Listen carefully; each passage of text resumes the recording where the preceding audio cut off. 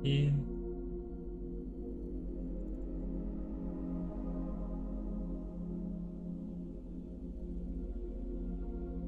Yep.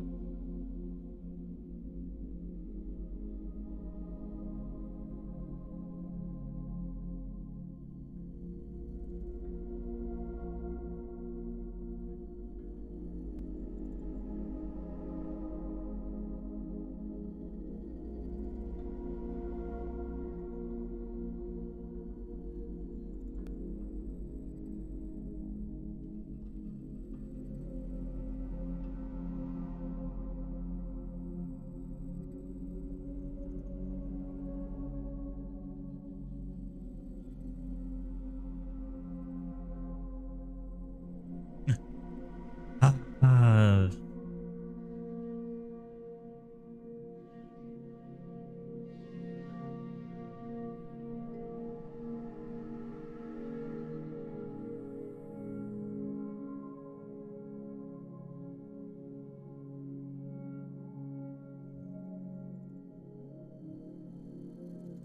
all right.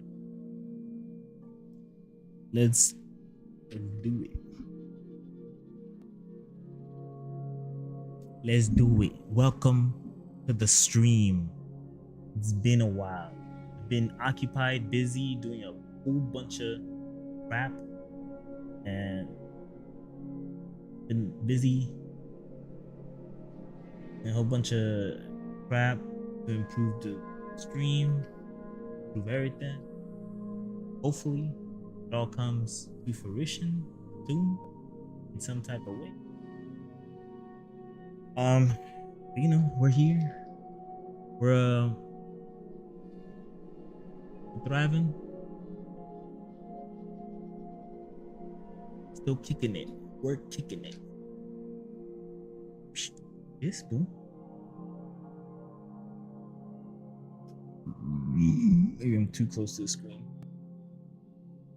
Bom bom.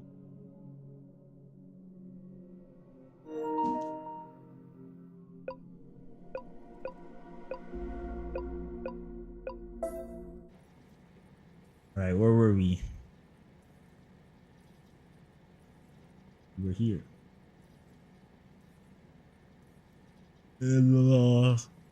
Same order. Which is me.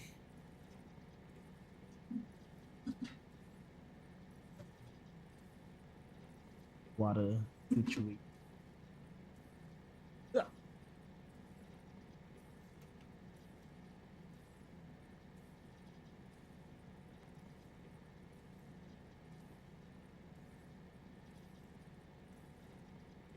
Me, I just have a big water.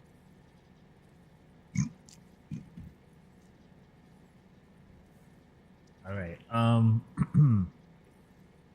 What did we learn last time? We learned Higgs. Higgs was behind everything. He did it. He's the one that hurt my fragile, my baby Lou. It was him. I cannot cope with myself. I literally don't even know what to say. Oh my god, this is annoying.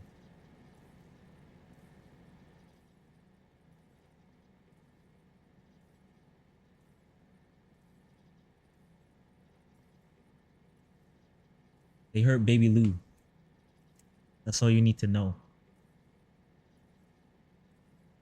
That's all I need to know to deliver justice.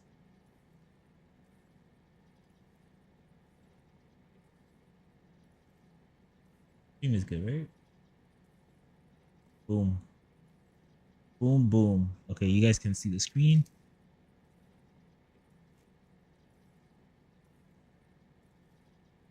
Got me a little snack. Oh. Sam, if you want to review recent events, you should check the corpus. Why not open your ring terminal and take a quick look? Thank you, sir. The story so far. Wait, why is my baby glowing like that? Is my baby not happy? Oh, he's happy.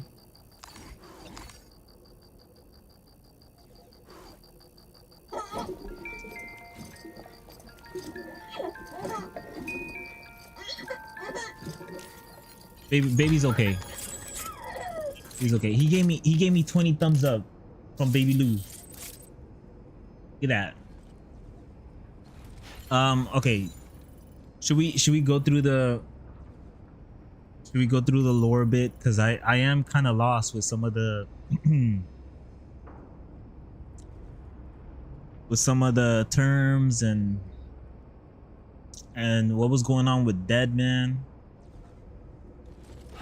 First of all, what is my current task? Because I low-key forgot. Deliver classified documents of an old British intelligence agency. And I'm over here.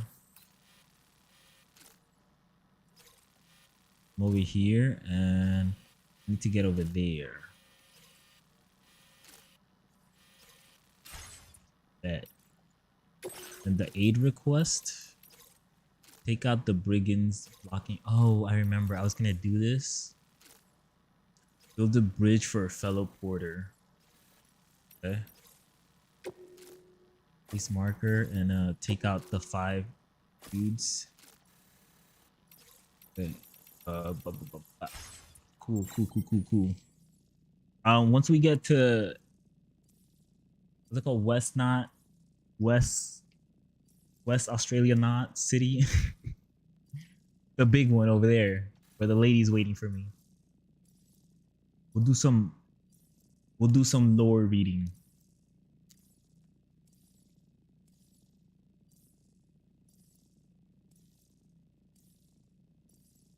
All right.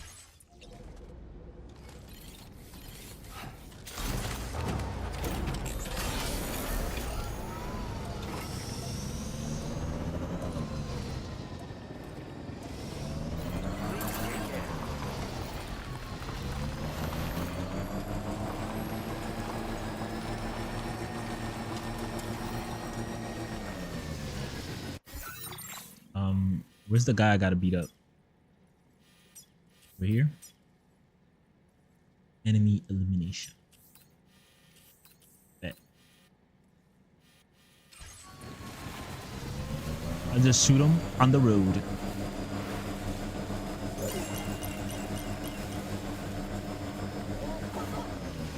My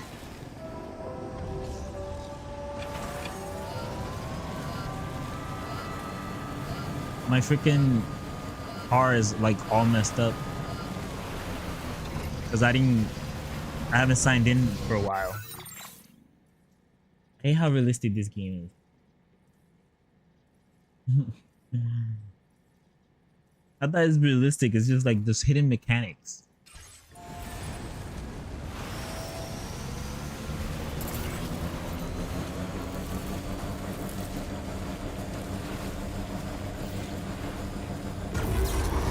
Let me go back into the ship and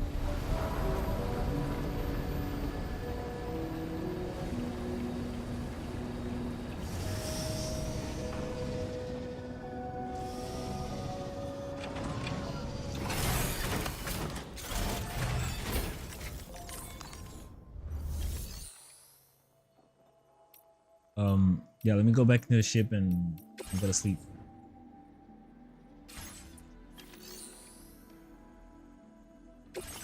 This private locker. Vitamin. Let me take this out.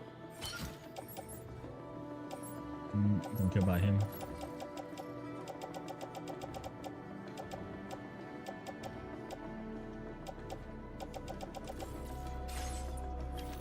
Okay, and private room.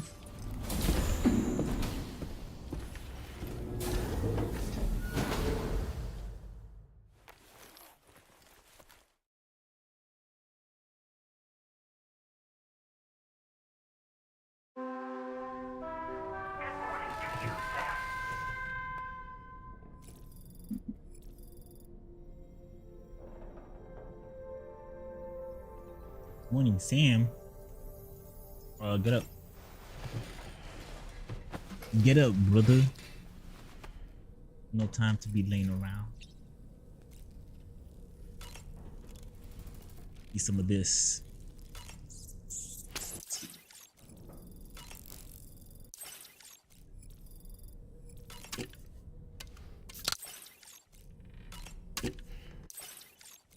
This game just Metal Gear. Did Kojima just want to make Metal Gear? Is that what he was trying to tell us? Shower.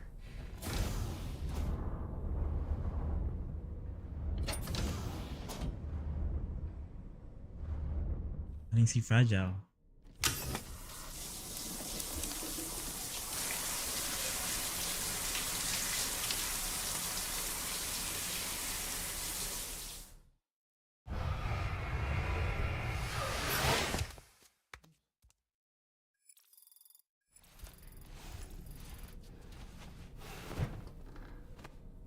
My sunburn has healed yet again.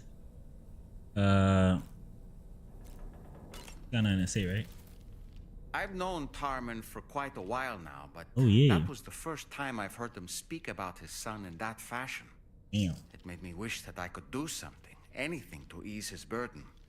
No. Setting aside those feelings, suppose that cat of his is in fact his son reborn. Why does it treat me as though I'm a threat?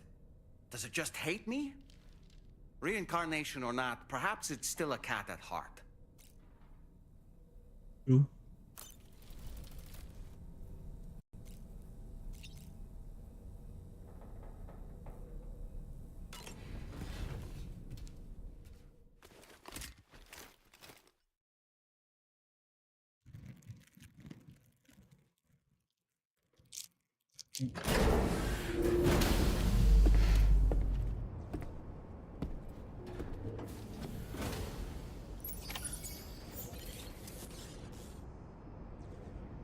All right. We're ready. Everything's repaired. We're healed. Now let's go. Uncle Mario.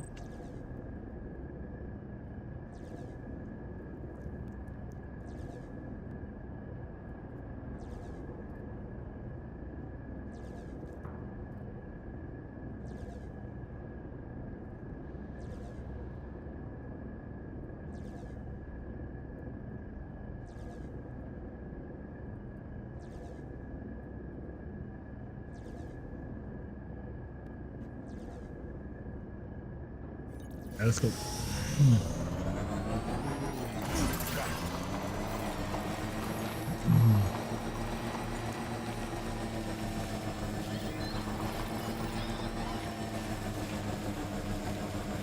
Look at those porters.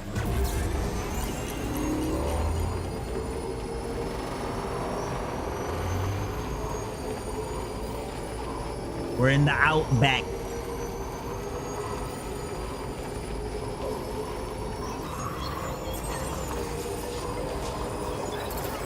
Well, that bridge needs repairing. But you know what? Who needs bridges when we have roads?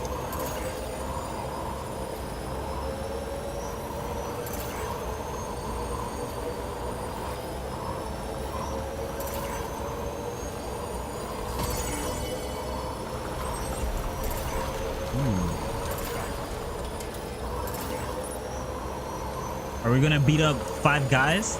How many guys do you want us to beat up? I forget.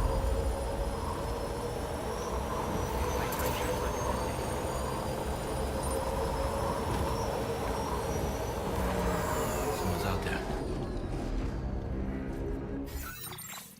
How many guys you want us to beat up? Ooh.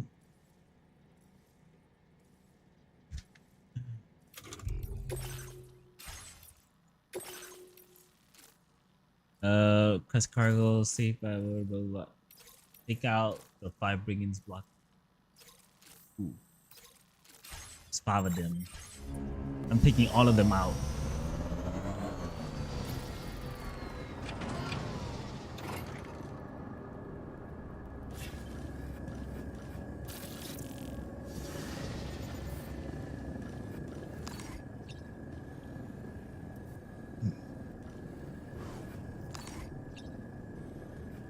I see one.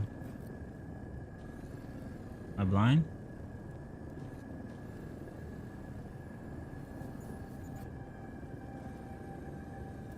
There's one over there. And there too.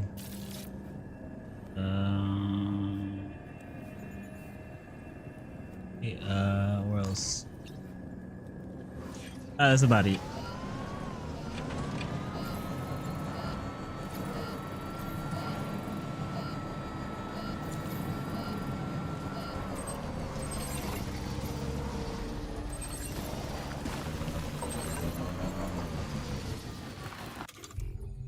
All right, let's see.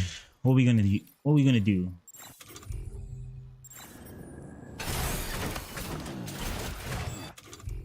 What weapon we got? We got this, that, this. I don't got the bowler gun. Damn swag. Should I just use the shotgun MP level 2? And it has the grenadier. Oh hell yeah. Let me just put this down. Don't need this. Where I'm going.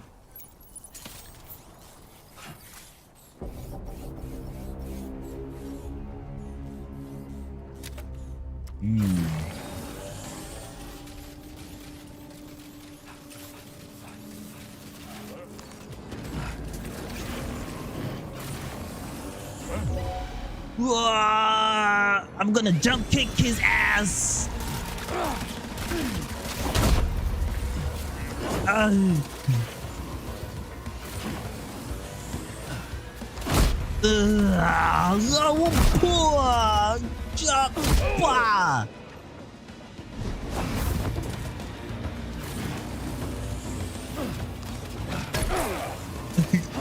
I forgot to do the sliding kick.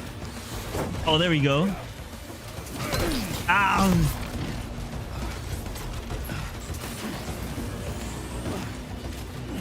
No, I need more airtime.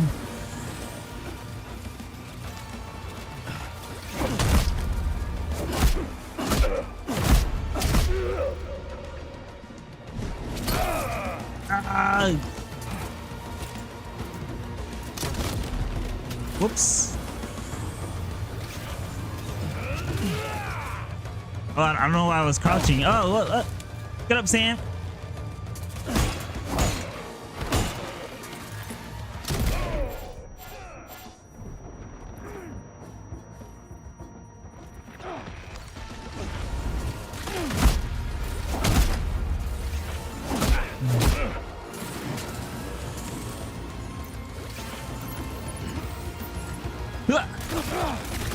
Where's my gun?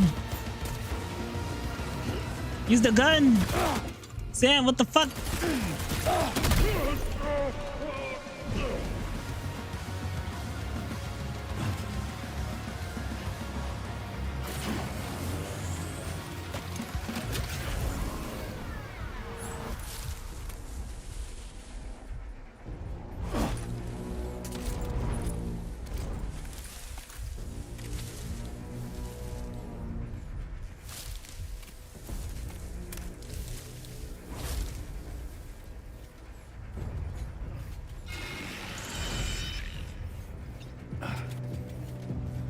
Watch. I'm gonna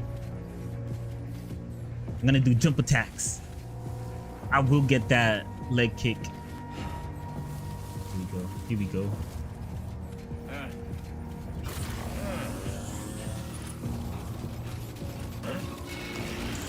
Fuck, I miss.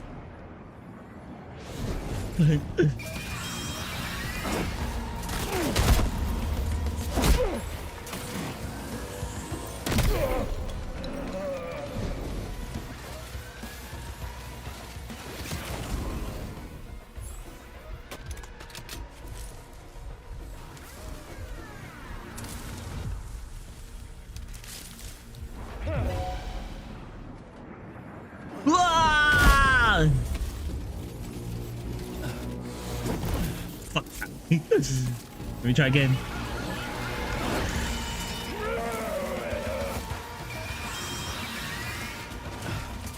Okay. One more time. Okay, this is the last time. I will kick him if it's the last thing I do. Okay, we tried.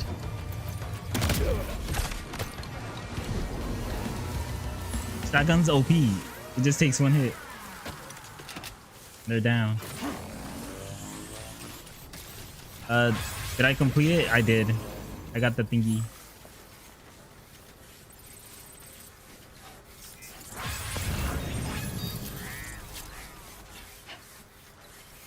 The important materials.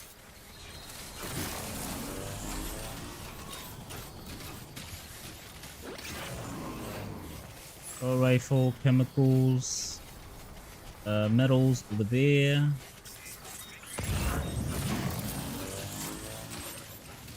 Nothing too crazy. Boom.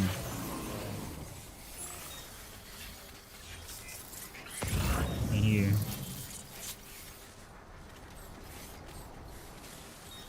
Master transporter.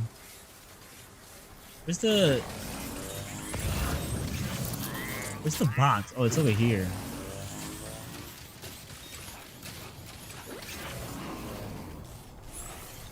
Let me hack this.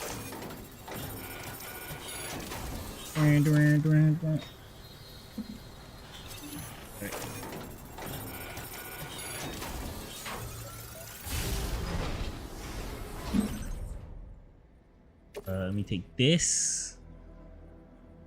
Chili bag. Damn, they stole this guy's bowler gun. We take this bowler gun.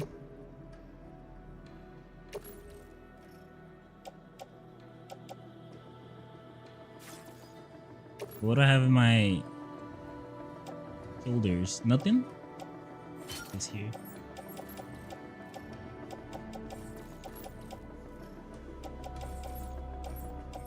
Resins.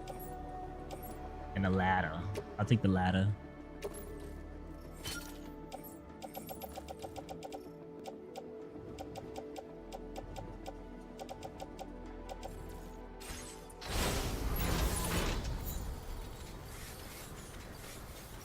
Back to my car.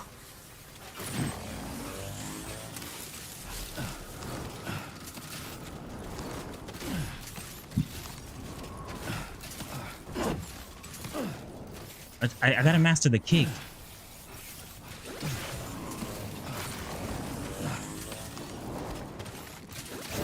I can't, I don't know. I gotta go back to the training room.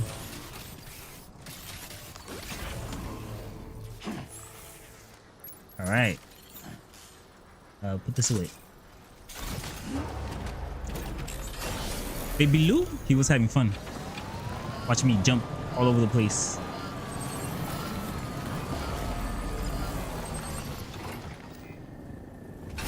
Charge me up.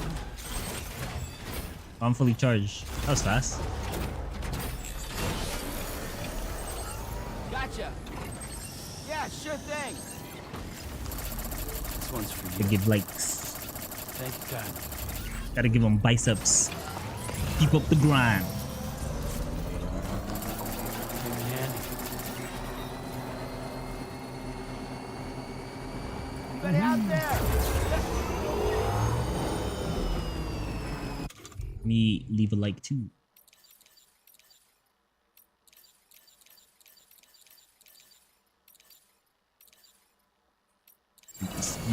Haha.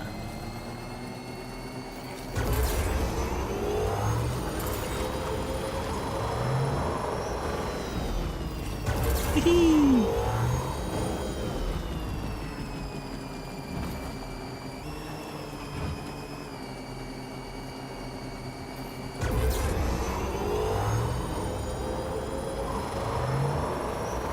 Oh hell yeah. We gotta build up the tram.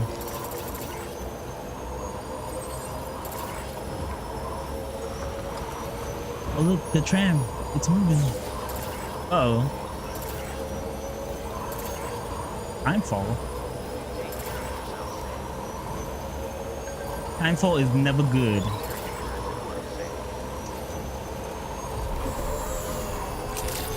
Oh,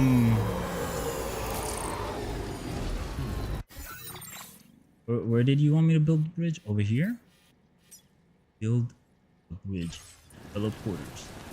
Got you.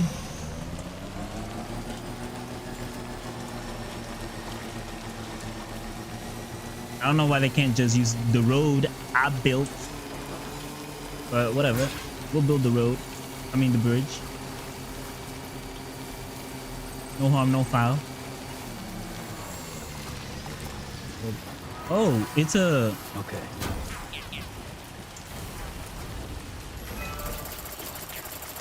There you go. A lot of likes. Alright, what do we need? Complete the road.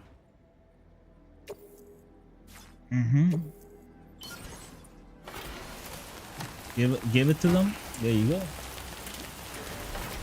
Materials right next to it. So great. Thank you so much, Olivia. It's an actual road. Man, we're just missing 400 of these.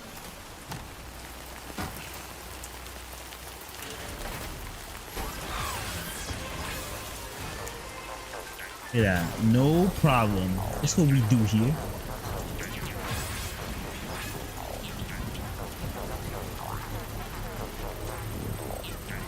Ooh.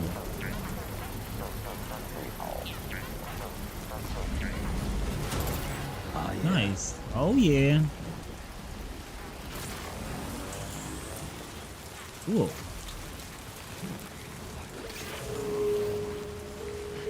Look at the tram.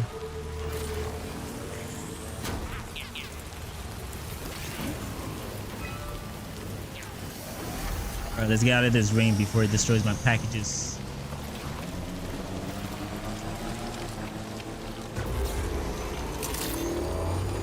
One more package for Olivia.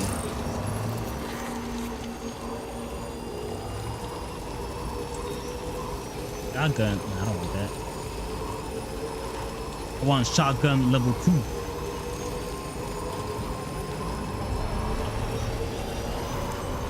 Careful, guys. he just dove out of the way.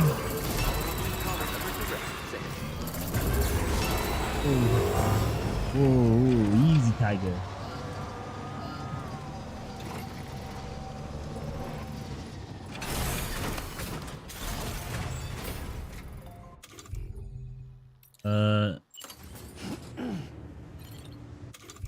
Me repair cargo.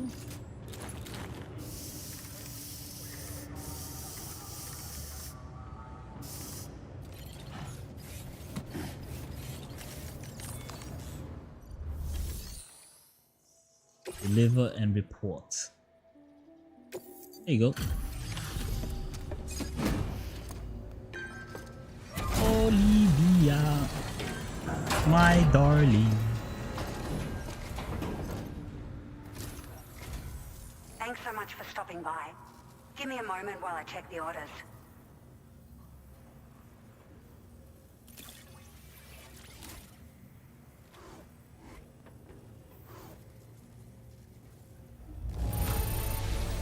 You took excellent care of this cargo.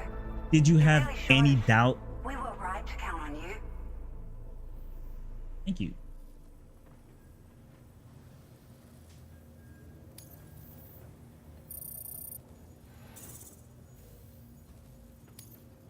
Now displaying your current porter grade. Oh. Oh, look at the bridge link. I pass enhancement. Portal grade increase. Portal. Oh, look at that. The bridge link. Thank you for your help. We hope you'll visit us again soon. Of course. Order completed. Well done. Okay, so we got story delivery here. This is gonna take us to over here. Bada bing, bada boom. Bada ba, bada bop. Boom, boom, boom, boom.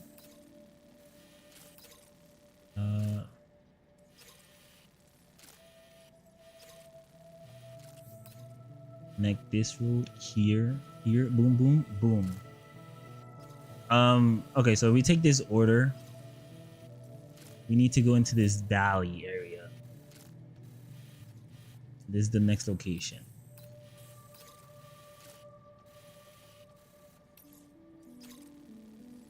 This guy, he don't matter. What is this? Recover mystery cargo from near the plate gate. See if someone used the plate gate to cross over from Mexico and left some cargo. Oh, cover the cargo and take it. Scan. Oh, I forgot. I can go to Mexico. Go to Mexico. Should I go to Mexico? Check up on those guys. Let me call my mothership.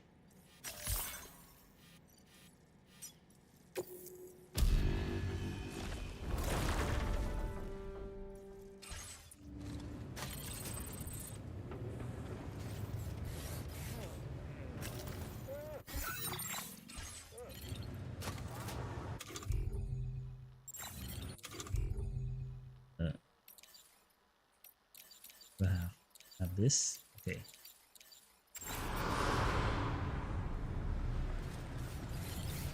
All right, so what should we do? Should we do story mission? Go to Mexico? Or yeah, pretty much those two. Or read up on the story so far. Do the cortex. You know what? I'm gonna read some story stuff. I'm gonna go to the mothership. Anybody hear me?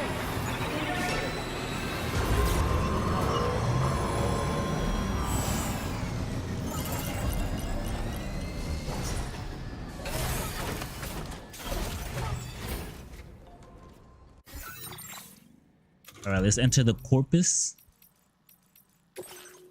The corpus. The story so far. Where do we even begin? People, enemies, tech. Okay, the story. Connecting the Northern Observatory. The grid. Okay, off the grid. After connecting North America, Sam and Lou leave the UCA in an attempt to evade the UCA's attention.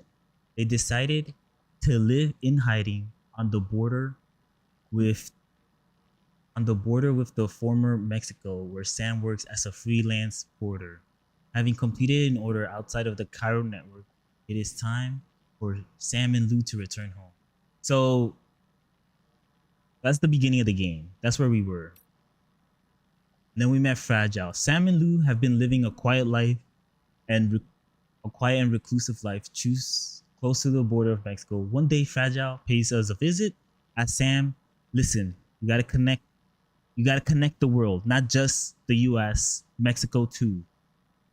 And Deadman's lab is over there. And then we went to go connect it. We met up with Deadman. Obviously, Deadman was telling us a whole bunch of mumbo jumbo that went right over our head. So in the lab, Sam watches a recorded message from Deadman in which he learns that there is a mysterious structure called a plate gate nearby that connects Mexico to Australia.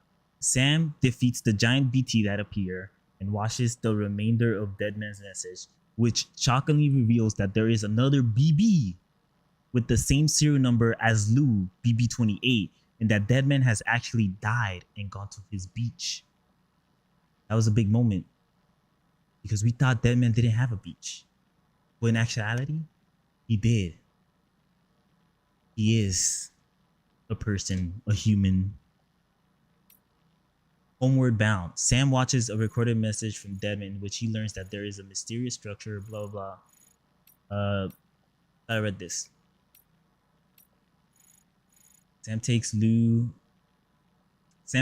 present that Deadman has prepared and heads home, where Fragile and Lou are waiting. But upon returning to his shelter, Sam is met with further tragedy.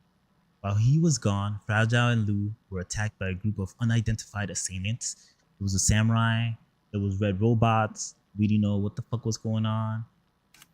Oh, no.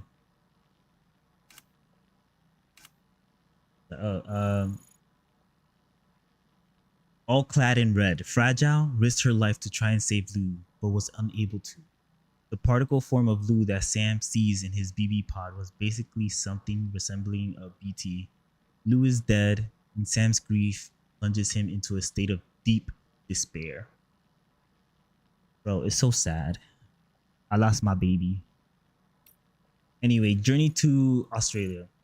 Sam successfully connects Mexico to the Cairo network, only to sink into the depths of despair after learning that Lou has been killed. In order to get Sam back on his feet, Fragile proposes a new mission to bring the continent of Australia onto the Cairo network as well. Sam joins up with the DHV Magellan, Drawbridge's mobile base of operation, and encounters new comrades, including Tarman and Dollman. He also meets Drawbridge's patron Charlie, as well as Apex president, the person behind the current mission, as they make their way to Australia continent. Because there's no UCA anymore. There's just it got replaced by APAC, and no more Die Hard Man. He got replaced by Charlie's, what was the guy's name? I forgot. The president explains Sam's main objective. If all of Australia can be connected to the Cairo network, then a new plate gate will appear, as it did in Mexico, connecting to the other continent. If Sam is able to connect the entire world, it will serve as the first step in saving humanity from Stranding. Okay, we connect Australia. You know where that plate gate is gonna go? To Japan. Why? Because Hideo Kojima is Japanese. Duh. I bet $10. No spoilers. It has to, or maybe it just stops at Australia since the game would be too big. But I don't know. The first game was pretty big. It was like all of the US. But this is the world. You already did Mexico and now Australia. In an attempt to overcome the devastating grief, blah blah blah blah blah. Immediately before arriving in West Fortnite, a mysterious man in a red mask appears in front of Sam, taunting him by saying, "You don't know a goddamn thing about Lou." The man then summons a giant mech, which Sam defeats before connecting F1 to the car. So this was Higgs. We know that much. He came back from the dead because the Death Stranding, nobody is really dead, I guess. But he was able to come back in a physical form, which I don't think nobody's done before. Which means if he could do it, my baby Lou can too. You think? You think, or am I just hoping beyond hope? Okay, connecting. Blah, blah, blah, blah. Immediately before arriving in West Fortnite, Higgs appears in front of Sam, taunting him by saying, "You don't know a goddamn thing about Lou." Higgs summons blah blah blah. Okay, we already read that. And order detail: all transforming equipment to Rainbow Valley.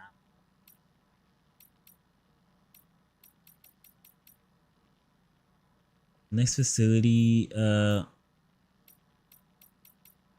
Is this important? Defeat the giant BT. Oh, these are just the delivery requests, I think. Death Stranding has destroyed the Mexico state. Void out, huge explosions triggered by BTs coming into contact when living humans have shattered the landscape and broken society. People live in fear of venturing outside, feeling isolated and distrustful. Raja has asked Sam to extend the Cairo network to a research lab in southern Mexico. To do so, Sam must complete several orders at facilities along the way, expanding the network step by step. Your first destination is Ciudad Nudo del Norte, a city where corpose disposal has become an acute problem. If nothing is done, there is a significant risk of a void out engulfing the city and its people. The Chiral network should provide the technology they need to curb this issue. To, to get connected, C1 will need a Chiral network gateway, a device that can expand the network beyond the borders of the UCA through means of bilateral data validation. Deliver the Chiral network gateway to C1 to save the city from a looming void. Okay, and then this is the next location that needs to be connected to the Chiral network is the Villa Libre, a small prepper settlement populated by elderly people and pregnant women. Oh, La Madre, who has been pregnant for what, 15 months? Which is wild. There is no doctor in Villa de Libre, meaning its residents live a precarious existence without medical support. It's full of old people too. As such, you need to bring them a remote medical unit when connected to the Chiral network. The device allows medical diagnosis and treatment to be conducted remotely. Also allows APAS to provide support for patients. There is a significant bandit presence near Villa Libre. They have requested several pieces of cargo, but if even one of them is safely delivered, it should. Whoa. Why do I keep doing this? One of them safely delivered, it should allow their facilities to connect to the Chiral network. To ease the anxiety of the Villa Libre residents, deliver at least one remote medical unit. I deliver all three. I'm that guy. Your next destination is the C1 South Distribution Center. The facility has been working in conjunction with former geophysicists research lab to develop new anti-BT measures. Frequent spikes in chiral density have been detected near the facility. There appears to be an elevated risk of BTs in the area. To help them accurately predict BT movements, the distribution center had requested the delivery of some chiral density gauges from Ciudad del Norte, C1. Unfortunately, the porter who undertook the delivery was attacked. Sorry. Oh no. My screen. Give me 1 second.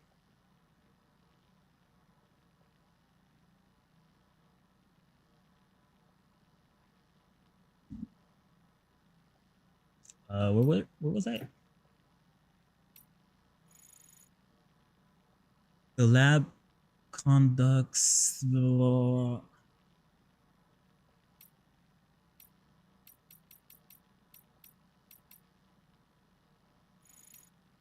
Okay, yeah. Gatequakes also known to occur in the area, and BTs may appear in the ruins near a research lab. Blah, blah. Limited BTs in the ruins deliver the prototype MP bullets to the former geophysicist research lab. Defeat the giant BT. A giant BT has appeared near the research lab, and there is a serious risk of a void out. The prototype MP bullets you deliver have been used to develop enhanced anti-BT weaponry. Weapon and blah blah blah. That's when we fought it. Deliver the present to loot. The Chiral network has been expanded to southern Mexico. You eliminated a giant BT threat. Successfully completed Fragile's report. All records of Sam having absconded from the UCA have been deleted, meaning he no longer needs to live in hiding. All that remains is to return home where Lou and Fragile are waiting. Deadman has given you present for Lou. It's a BB pod shaped case containing infant vaccines and a keyring in the shape of an angel. Return home and deliver Lou's present. The DHV Magellan, the mobile base of Drawbridge, the organization led by Fragile, has appeared in front of Sam, inviting him on board. Drawbridge has been tasked with connecting North America to Australia using the Chiral network. The Death Stranding will lead to the extinction of humanity if they fail their mission. Fragile has asked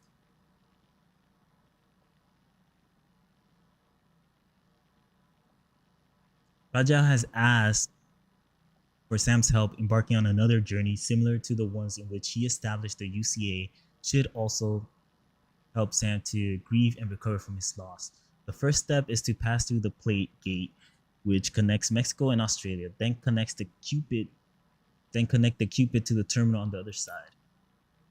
Deliver the Chiral decontaminator. Sam is giving more details about his mission on board DHV Magellan. If the entire Australia continent can be connected to the Chiral network, then further new plate gates are expected to appear. These, in turn, will allow the network to expand to new territory. As such, Drawbridge's current mission is the first step towards saving humanity from the first step is to expand the network to West Fort Knot. In order to do so, you have to fulfill orders from several locations along the way, linking each of them to the network. Your first port of call is the government's base. This is where the surviving members of the interim government that are attempting to rebuild the Australian state are currently residing. Connecting the headquarters to the Cairo network should ensure that they provide you with useful information in the future. However, it seems that the residents of the shelter are currently suffering from viral contamination as a result of a BT area nearby. Deliver the contamination, blah blah blah. Elimination. The next destination that needs to be connected to the Cairo network is the Western Environmental Observatory, a location that is currently encircled by an armed group known as the Brigands. The Brigands are resistant to any new technology that comes from outside the Australia continent. Cairo network very much included. It seems they believe that expanding the network to Australia will cause permanent changes to a local environment. This seems to be the reason why they are attacking the environmental observatory. The president of the Brigands means the observatory cannot be connected to the Cairo network at this time. Eliminating the Brigands then connects to your Cupid to bring the facility online. How do you know that? That's interesting because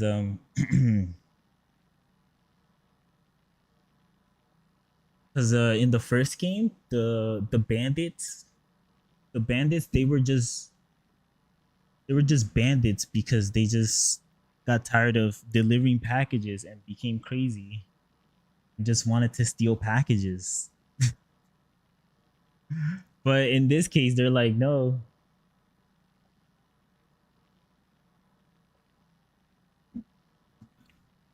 These Australian bandits at least have like motive.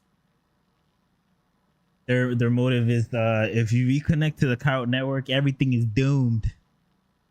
Everything is forsaken. It's a valid reason. We don't know what's gonna happen if we connect all the continents. Like what's gonna be at the end of connecting all the continents and how many plate gates?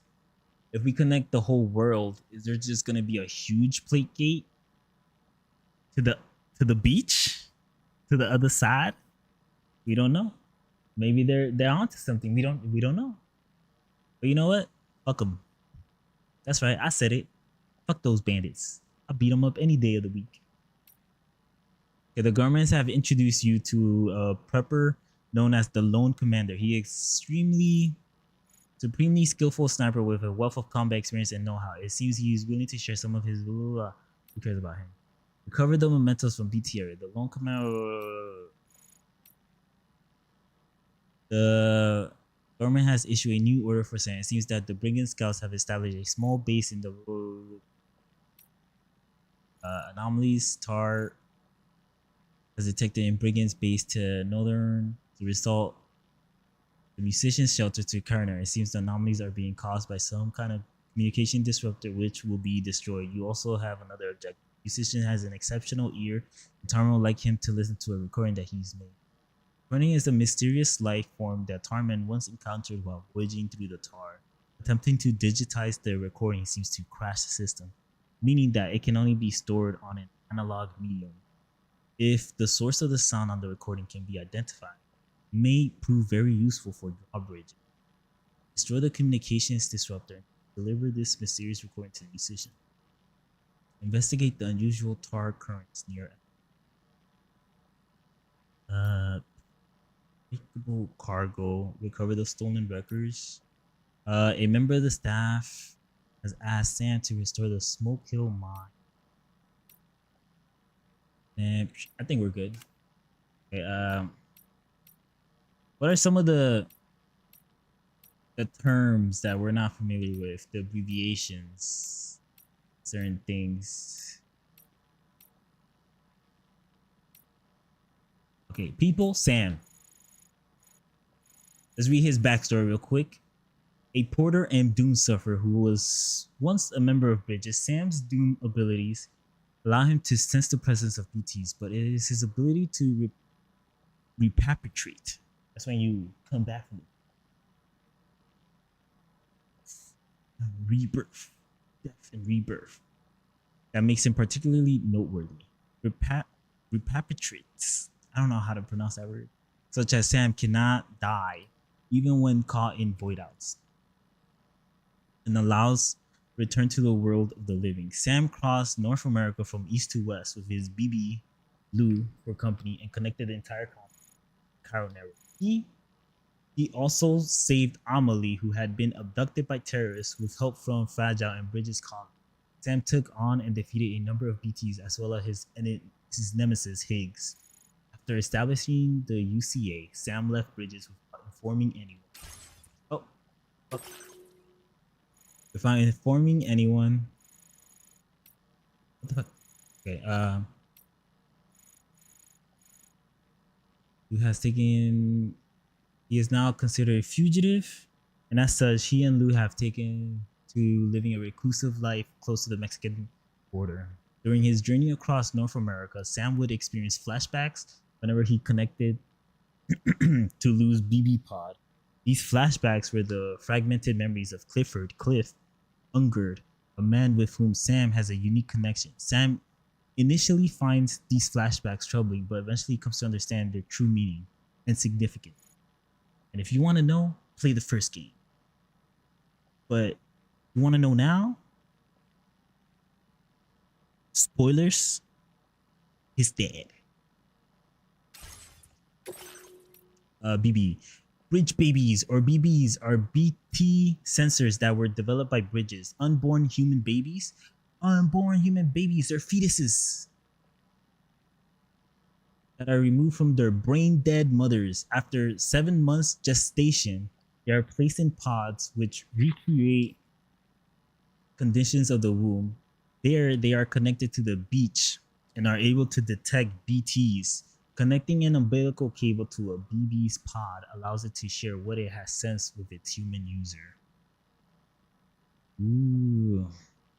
Bridges considered BBs to be a piece of fieldware. Each BB has therefore been assigned a serial number in the format of BBXX. This designation is intended to prevent users from becoming excessively emotionally attached to their BB. We failed because we name our BB Lou, a bridge baby with the serial number BB28. When Sam first encountered BB28, the unit had been deemed surplus to requirements and earmarked for disposal. But the two formed a bond, and Sam took BB with him as he crossed the North. At some point along the way, he stopped calling the unit by its serial number and started using the name Lou instead. After the UCA was established, Lou was declared non-operational and was once again condemned to incineration. No! With Deadman's help, however, Sam faked Lou's disposal and removed the bridge baby from its pod. Ordinary BB cannot live outside their pod, but by some miracle, Lou survived and started to develop like a normal newborn baby. The pair went into hiding in a exclusive bunker on the Mexican border while the UCA searched for them. You know why that happened? Because Sam didn't treat BB like a field equipment. Treated him like a real boy, like a real baby. And then Lou, inside the BB pod, he was like, I am a real boy. And then, you start to become a real boy if you believe you're a real boy. Like Pinocchio. Right? That's how Pinocchio went. Deadman has discovered that there are two bridge babies.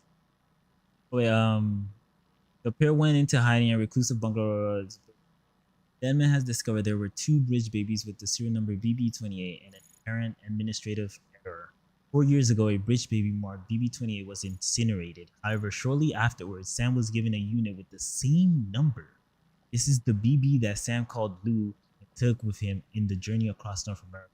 Records, however, exist only for the BB28 that was incinerated. Given that each BB serial number is meant to be unique, it would therefore appear that there is no record at all of the BB28 known as. Sam first met Lou before he embarked on his mission to connect North America to the Cairo network. He was given the job of urgently transporting a corpse that had been discovered in central Knot City to the incinerator. A member of Bridges' corpse disposal team named Iger Frank joined him on the journey. Iger was not a doom sufferer, so he took along a BB pod to detect the presence of BTs. The corpse started to necrotize during transportation and transformed into a BT. It caught Iger, though not before he was able to give his BB pod to Sam. The voidout that followed destroyed Iger and K1, leaving Sam and his new BB all alone in an enormous crater. The BB was Lou, who Sam took on a journey across North America. It emerges that Lou, which Iger had taken out of storage prior to the mission, had inherited the serial number BB28 from another bridge baby that had been incinerated. It also revealed that Lou's still mother had already died. Correct me if I'm wrong. I think the still mothers have to be alive for the bridge babies to work, right? Right? Because that's why they're like brain dead. Whatever. Fragile. Fragile is a high level doom sufferer with the ability to jump, allowing her to use the beach to transport people, objects, and herself across great distances instantaneously. She is currently suffering from jump shock, however, and is unable to use this power. How convenient. She was using it all of the first game. I'm guessing it's like PTSD for jumping, because what happened at the end of the first game. Fragile was once the leader of Fragile Express, a private delivery organization, but her one-time friend Higgs exploited her power and involved her in a terrorist plot to destroy an entire city using a nuclear weapon. Higgs also tortured Fragile, subjecting her body from the neck down to timefall. Fragile approached Sam to get revenge, but cooperated in his mission to traverse the continent and establish the UCA. After Fragile Express was disbanded, Fragile set up a new organization. So, for whatever reason, I thought Fragile and Higgs were brother and sister. Was I wrong? Maybe. A pair of hands attached to Fragile's shoulders. According to Fragile, the hands belong to someone that is not this world. They are linked to her car via the beach. Hands are meant to connected to her. The fuck? Is it someone he's related to? Like her mom?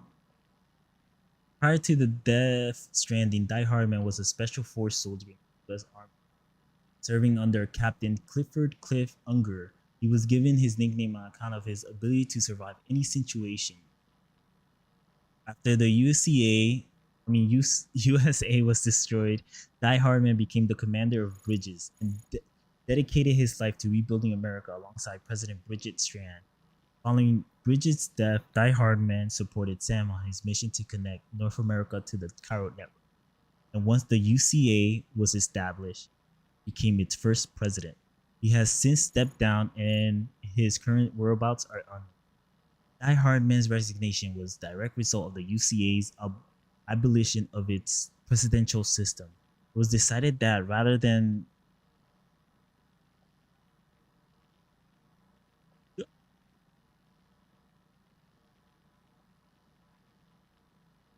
how do you fix this? There you go.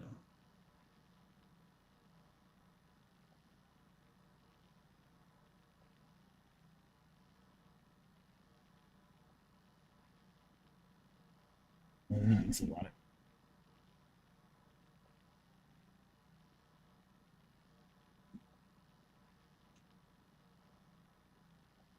Following Bridget Strand's death,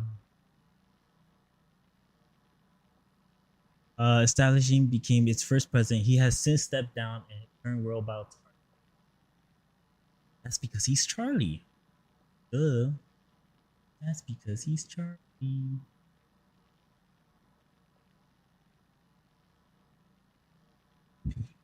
Die Hardman resignation, which is a direct result. Whoa.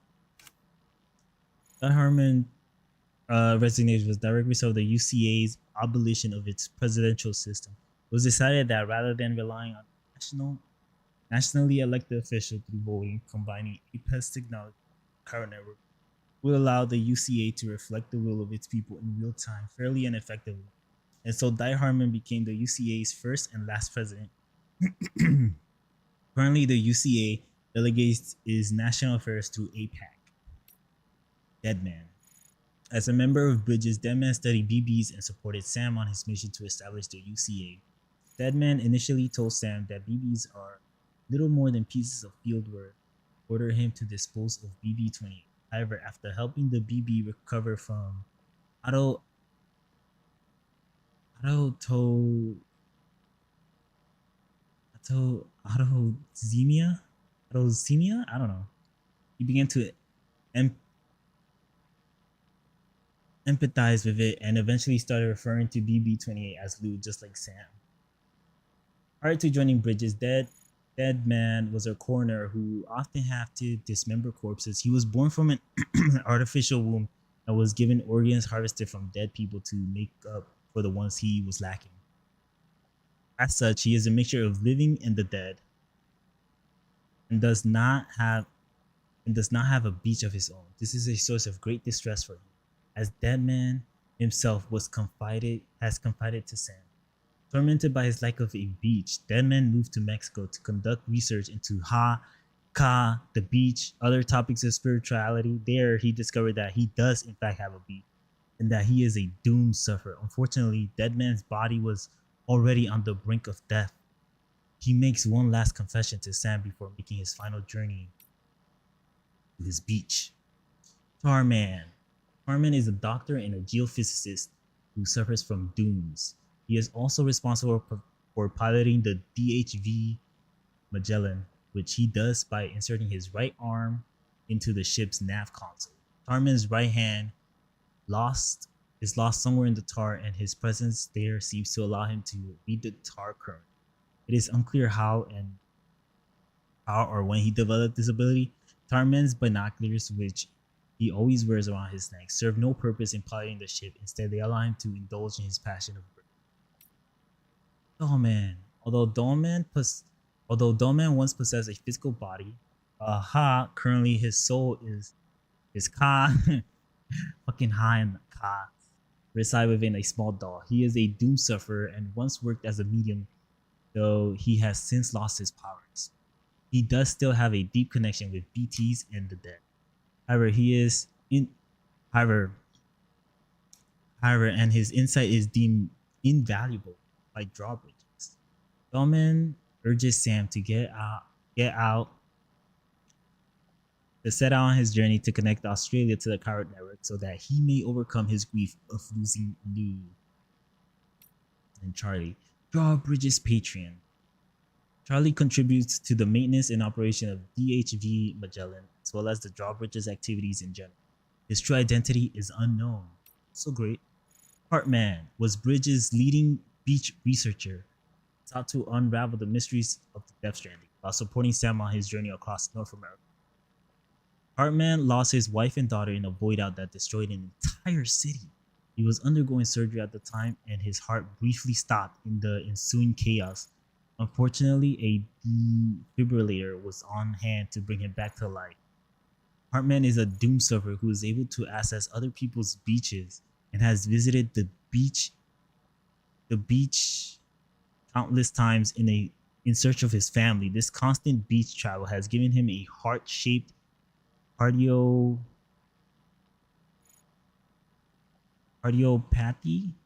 causing his heart to stop every 21 minutes for a period of 3 minutes. Oh no. Lockney. Remember her, she was my favorite. Lockney is a former bridge technician who developed the Cupid alongside her sister Mama, real name Magellan. Allingen. The two had a complex relationship and has been driven apart by a misunderstanding when a tragic incident took the life of Mama and her unborn child. The baby returned as a BT, but because of their physical connection, appeared to Mama as though they were still alive. Oh, Only when Mama accepted that she and her daughter had died, her relationship with her sister started to improve. Lockney took Mama's Ka into her own. Ah, the two souls now existing within one body. The president, a representative of APAC, the private company that has been entrusted with the operation of the UCA. President does not represent the government of the UCA, but as chief representative of APAC, has asked Drawbridge to connect Mexico and Australia to the Cairo network so that humanity can overcome the death stranding and avoid extinction. It is said that the word president has its roots in the Latin verb presidere. Prasidere. This means to sit before and was used to refer to those who chaired meetings. Eventually, it uses is used widened to those who led companies and other organizations. The word president was first used to refer to a head of government with the founding of the United States. After gaining independence from the British, they wanted a name for a new leader that any of the authoritarian connotations of king. In this case, president was supposedly chosen because it suggests a ruler supported by the will of the people. Amelie, Samantha America Strand, was the daughter of Bridget Strand, the last president of the USA, and my lover, and also my sister. What else was she to me?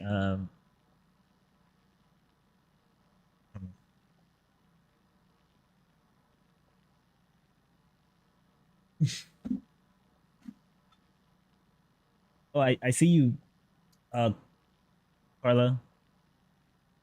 Thank you for sending berries and watermelons.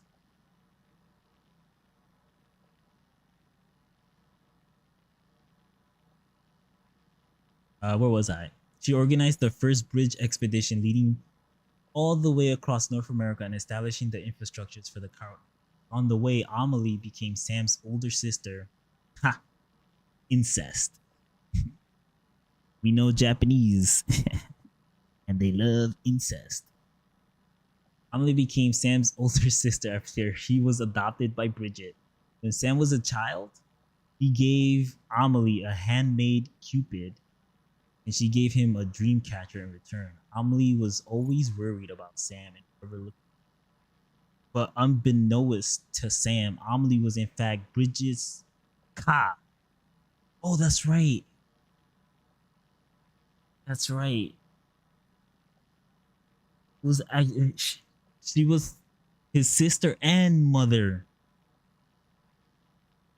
Oh my god. Which had been separated from her physical body, her Ka. What caused the separation at some point, Bridget realized she was an extinction entity that would lead humanity to oblivion. To prevent this from happening, she instructed that the chiral network be used to establish the UCA and stave off extinction.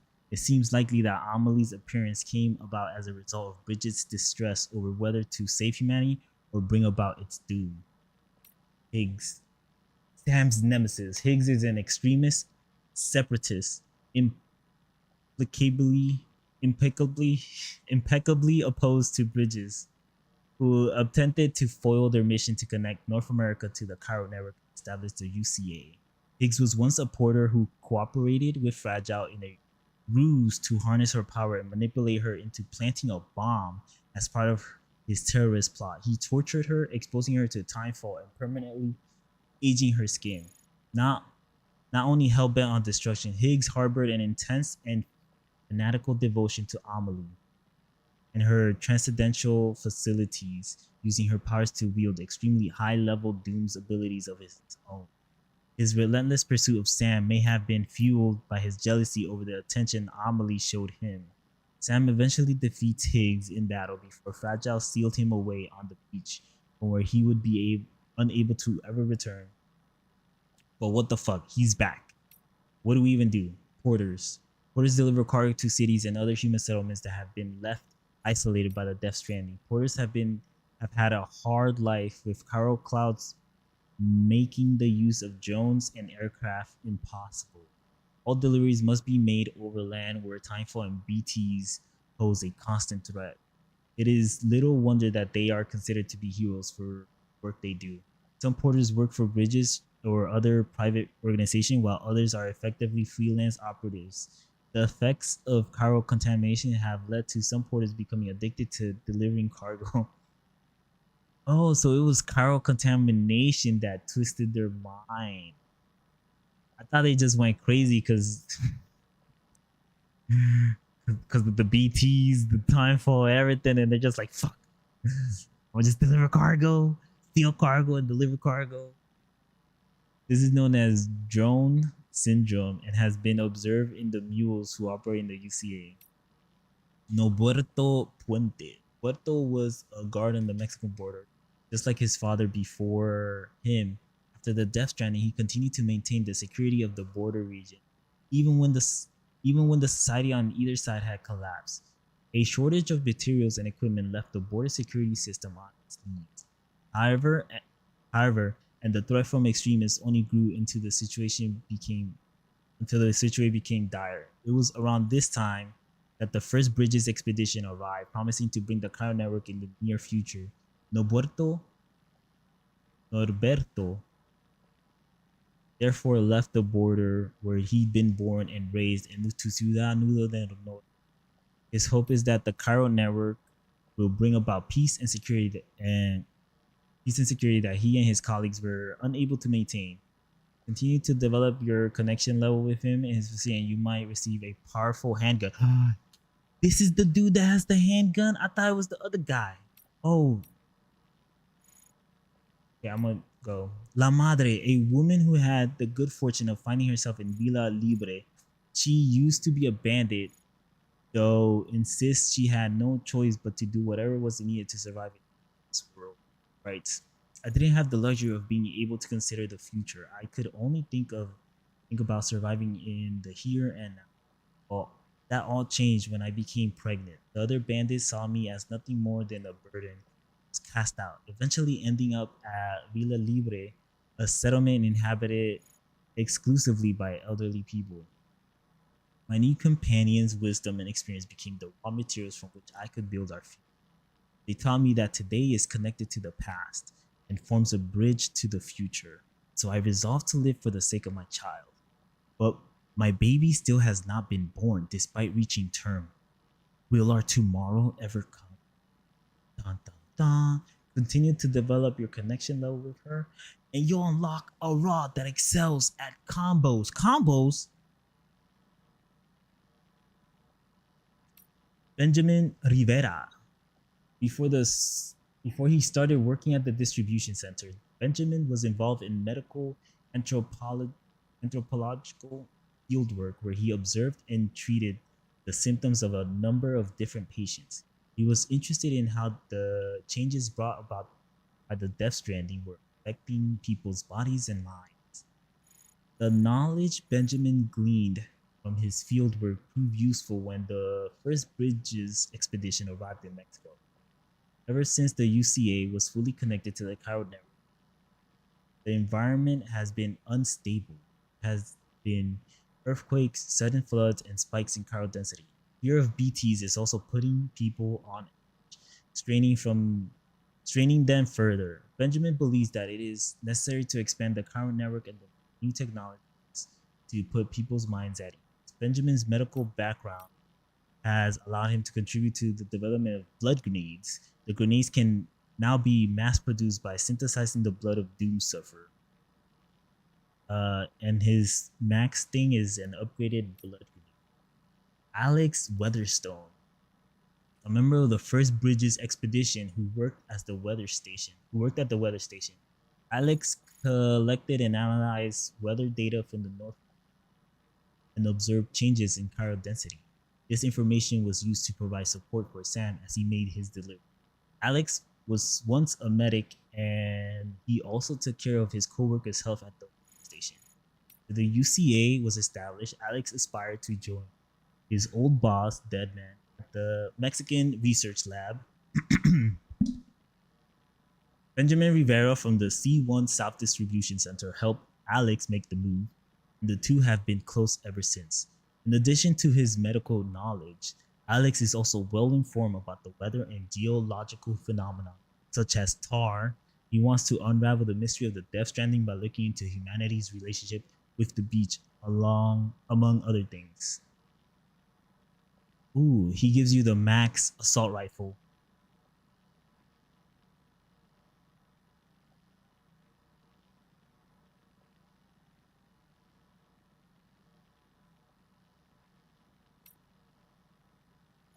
Lauren, a unique artist of unparalleled genius. The oldest work of the oldest work the oldest works of art still in existence are thought to be Neanderthal cave painting. Even though the prehistoric era, humans used various methods to capture the world, share it with others, and preserve it for future generations. Making art is just another way we try to connect with our fellow humans. Excuse me.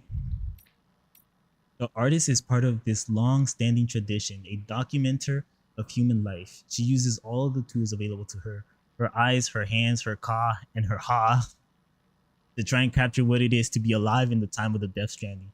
She occasionally sends samples of her work to Sam via the SSSS. Continue a new customization color. Oh, she gives you new colors. The newly established UCA, all deliveries are handled by APAS, making the porters who used to risk making porters who used to risk their lives to deliver cargo in the hardest of environments all but redundant. Many porters have struggled to cope with this sudden change. One known as Boca has simply refused it. We do a whole lot more than just deliver cargo, though Boca has been known to say. When we bring you a package, we also bring you hope. Hope that you'll live to fight another day. Nothing's going to convey that message like a guy, flesh and blood, standing at your door. That's true. He's got points. Fuck those automated robots. Covered in dirt, sweat, and tar, carrying your precious car, you won't get it from a machine, that's for sure. This spirit perfectly encapsulates the Boka, traditional Japanese porters known for lugging huge loads up and down mountainsides. They were sometimes known as mountain masters or even lifelines. After the UCA was established, there remained people outside of its border who were in desperate need of deliveries. As such, the Boca traveled down to Mexico to be their lifeline, hoping to one day master the mountain of the Death Stranding. It's gonna give me a new accessory. Oz. In the aftermath of the Death Stranding, many survivors in Australia wanted to rebuild their nation, just as the USA. Those who had been involved in freestanding politics assumed the role of an interim government in order to lead the rebuilding efforts, but they have not yet realized their. At some point, the group became known as the government, and then Old Oz became their leader. Before long, however, he was struck down by a case of chiral contamination, causing him to frequently hallucinate that he is living in a rebuilt Australia. That's weird. Waking from these hallucinations and realizing that he is still in the desolate wasteland of post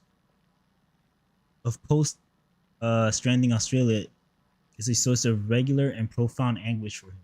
What the fuck? Despite this, Old Oz is desperate to overcome the contamination and intends to devote the rest of his life to fulfill his dream and rebuilding his country. He just gives me backpack. A staff member, Peter Gates, a staff member of the Western Environmental Observatory. Peter used to live near the Plate Gate and witnessed both its appearance and expansion to its current size. APAC prized his insight and put him to work at the local observatory. Now he surveys the surrounding area with a mixture of curiosity, anxiety, seeking answers concerning to the origin of the Plate Gate and the effect it may have on the rest of Australia.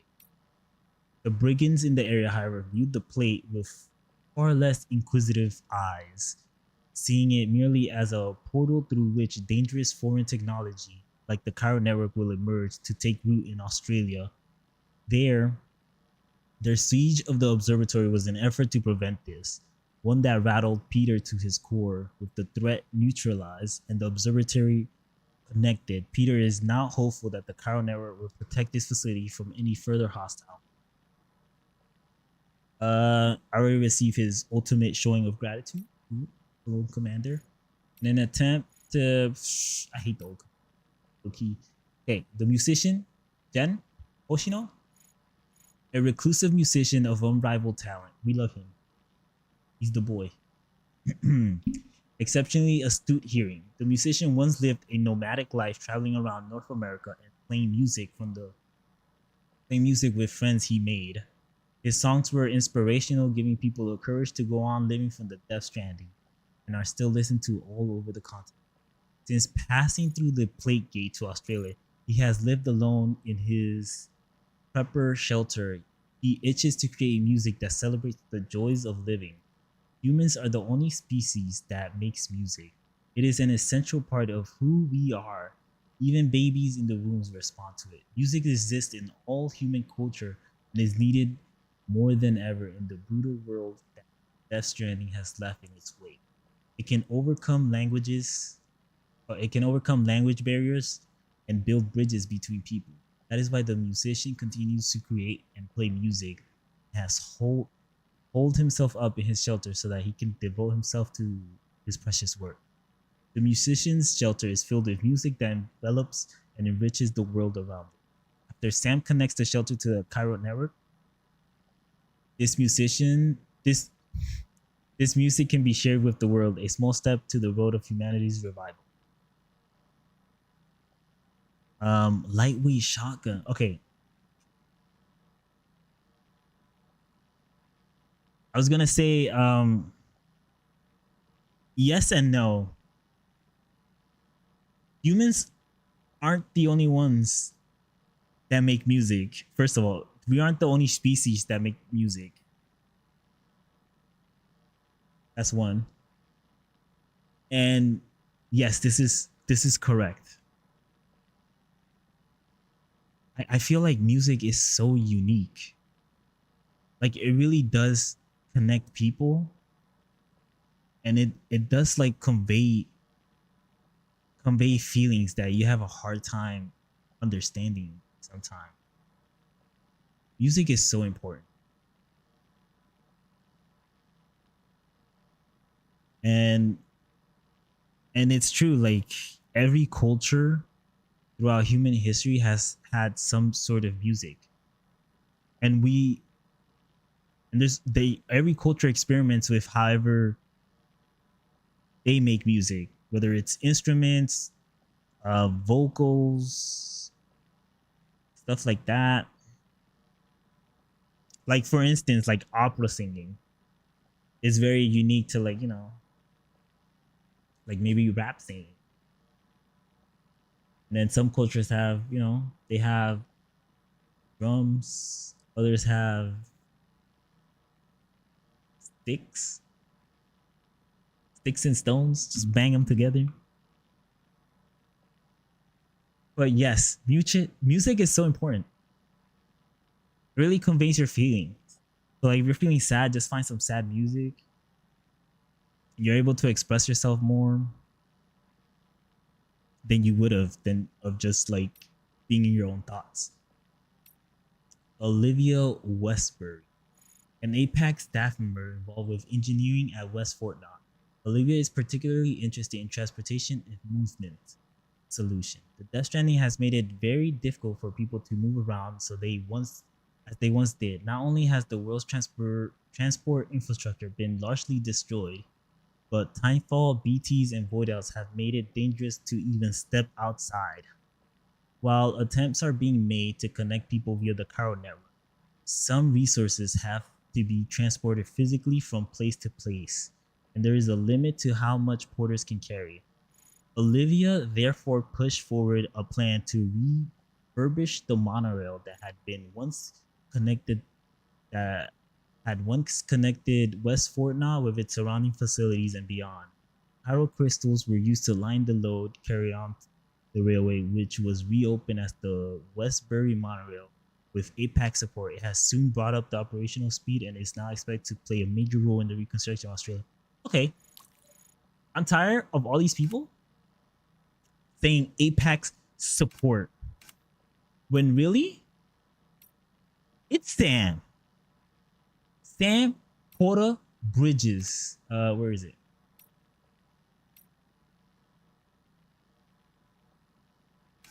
Where the hell is the?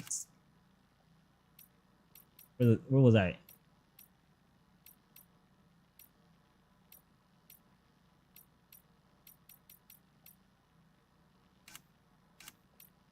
Am I crazy? Where the fuck is the?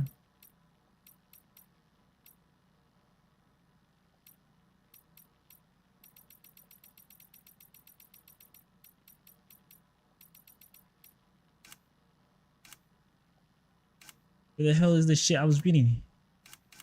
Fuck.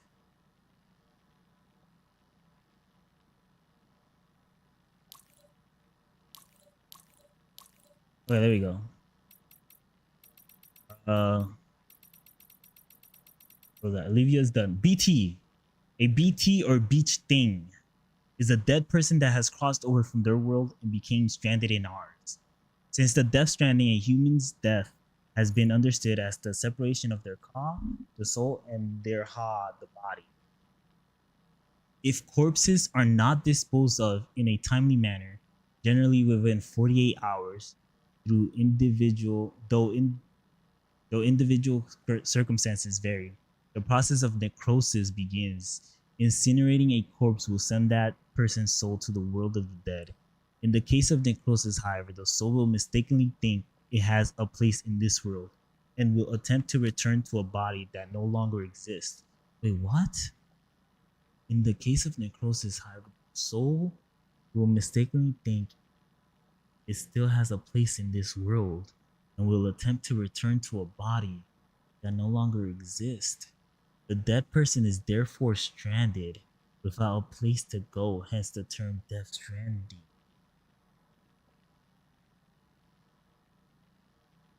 Oh, so that's what that meant. I was so confused. I thought necrosis was like a Death Stranding person trying to go into the body. But they couldn't do that because they're dead. But it's the other way around. The soul was trying to resurrect in the dead body, but it's like can't. So you burn the body, so they go to their beach. So all the BTs, all the BTs that are on Earth are just people that died and thought they could come back. Following extensive research, BTs have now been divided into 3 distinct types: gazers, hunters, and catchers. What the fuck? Gazers. Gazers exist in human-like particular form, but are like certain types of ghosts. They float around in BT areas near the site of their own death. Handprints will appear when a gazer is nearby. It is believed that they are seeking out the living.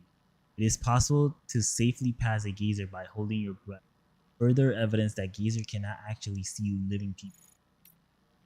Hunters. Hunters appear out of the tar and attempt to drag the living into its death. I've experienced that. Catchers, these enormous BTs have a variety of different forms. Some have 4 legs, while others look like whales or giant faces. One theory has it that catchers are formed from a fusion of numerous dead people. Gazers detect living people and hunters capture them. Catchers then swallow the hapless humans alive, causing a void out in the process. Watchers are type BT believed to be a sub-variant of the gazers. Gazers cannot be seen or sensed by ordinary people, and they are unable to see living people themselves. Watchers, however, are able to see humans and be seen by them. It is not clear what caused Watchers to first appear, but some believe the variants to have developed as the result of evolution. BTs adapting to their environment, resulting in different forms and behavior. If the theory is correct, it suggests that even the dead are constantly adapting and evolving, a development that will fundamentally alter our understanding of what it means to be alive. There is an afterlife. Much as a ghost Gazers. Much as a ghost may haunt the site of its death, gazers remain in place, their movements confined to only a small area. Despite their name, gazers are actually blind. They respond to the presence of humans using sound to track them. Should a gazer detect a human, it will move towards them, leaving tar-like handprints on the ground as it goes. Gazers cannot be seen by ordinary people, but doom sufferers can sense their presence.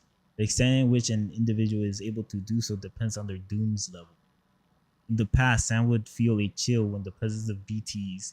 Now, however, he is able to see the particular forms of certain BTs when standing. Hunters, a type of BT that dwells within the tar, waiting in hiding for a gazer to detect a human before emerging to grab them. Such calculating behavior has earned hunters their name.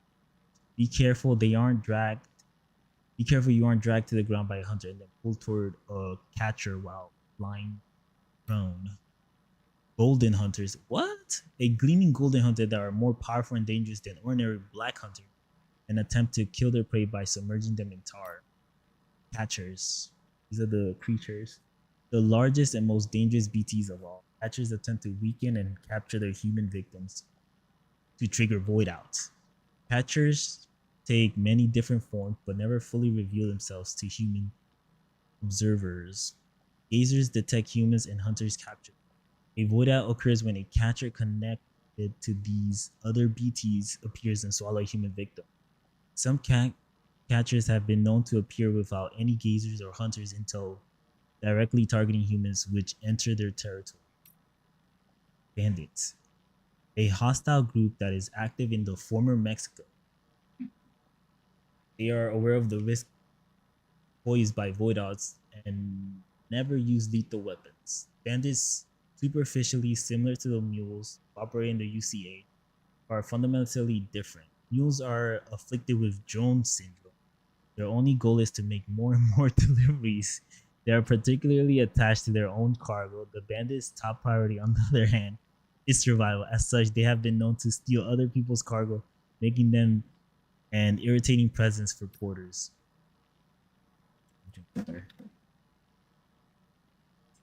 So much.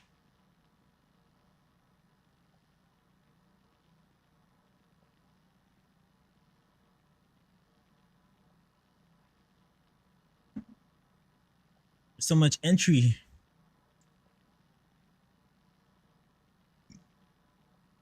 A violent group that opposes the introduction of foreign technology.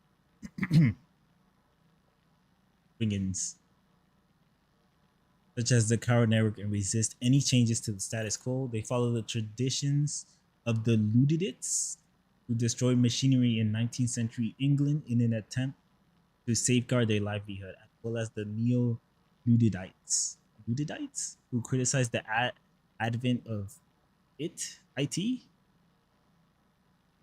information technology, at the end of 20th century. The Brigands believe that the effects of the UCA's Coward Network are already being felt in Australia in the form of unprecedented environmental anomalies. As such, they have developed a hatred for the very concept of Coward technology. The Brigands predate the arrival of the first APAC expedition. They adapted to surviving in the post-Stranding wasteland by pillaging other groups and settlements. They are terrified of causing void outs and therefore do not use lethal weapons for killing someone. Oh, that's nice. At least they just use rubber bullets. Or Alderac, a scanning device primarily used by porters. Upon activation, it will scan nearby terrain, inform the user of its features. Alderacs can also detect BTs when connected to a BB pod. BT sensing technology was developed as part of the process that led to the creation of the Coward Network. President Bridget Strand believed that BT's invisibility was one of the reasons they were so feared, and that rendering them visible could be the catalyst that would kickstart humanity's battle against the Death Stranding. Work on BT sensing technology therefore rapidly developed under her direction. Alderacs are also fitted with light that can be used to provide illumination in dark places. At Chiral printer. These are the 3D printers that can print literally anything. Bridges, roads, high performance 3D printers that make use of the Chiral network's cutting edge data processing capabilities. A Chiral printer can remotely output a great variety of objects provided that you have the necessary resources and are connected to the Chiral network. Medicine and living organisms cannot be printed, however, nor can one of an object, an object of great personal significance. Fabricating weapons is simple with a chiral printer and has made it all too easy for anyone to acquire large quantities of arms and explosives. As such, there is concern that the prevalence of chiral printers has led to an increase in the number of armed groups and general escalation of conflict. Interesting. The Cupid, a wearable device loaded with the protocols required to connect facilities to the chiral network. Chiralium is used in the Cupid's internal circuitry, meaning that only doomed sufferers are able to carry it. Huh. Sam established the UCA by using the Cupid to connect facilities all over North America, the chiral network, often delivering cargo along the way. This current Cupid is a new model developed especially for connecting areas beyond UCA to the chiral network. The ring terminal, a data terminal in the shape of a ring.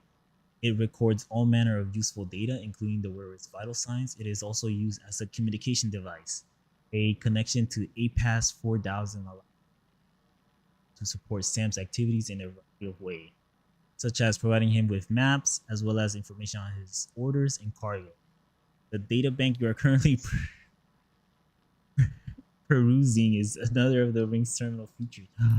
Bro, the ring terminal broke the fourth wall, saying like you're reading me right now. I'm the ring terminal, the chiral jammer, a device which prevents the chiral network from operating. The principles that underpin the operation of this device are unclear. However, the fact that widespread tar anomalies were detected prior to the destruction of the jammer suggests that it works by somehow interfering with the tar currents. Chiral bite. Creatures that first appear following the death strand. They take the same form. They take the name from the process of chiral cryptobiosis, in which an organism suspends its metabolism and effectively enters a state of provisional death to survive in harsh environments. The word comes from the Greek for secret mode of life. Tardigrades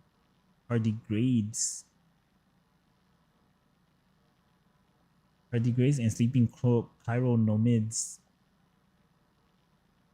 I don't know what the fuck. These new organisms are also capable of living on the beach or in the sea. They were never given a formal scientific name. Cryptobite is now the term that is used in all contexts. They are very much as an acquired taste, but also known to boost blood levels when consumed. The skin color of a cryptobite will change depending on its electrobite. A mutant cryptobite that has developed the ability to store electricity. Cryptobites often cluster around clumps of blue coral and can be detected using the Alderax sensor. Eating an electrobite will restore some of your battery. If you acquire an electrobite when your battery be automatically consumed, the battery is full. Any electrobites will be stored in your utilities pouch for later consumption. Unlike cryptobites, which have an almost overpowering flavor, electrobites numb the taste and are prized for being a snack you can gorge yourself on. Chiral creatures. These little cuties, they attack you. Just be careful. Look, they're like little ghosts. Chiral creatures known as CC began to appear following the death strand. Often emerging from tar, they exhibit herd-like behavior and have known to attack in groups when approached. Avoiding these creatures is likely the best course of action. They have been known to explode on contact. Good thing I haven't experienced the exploding.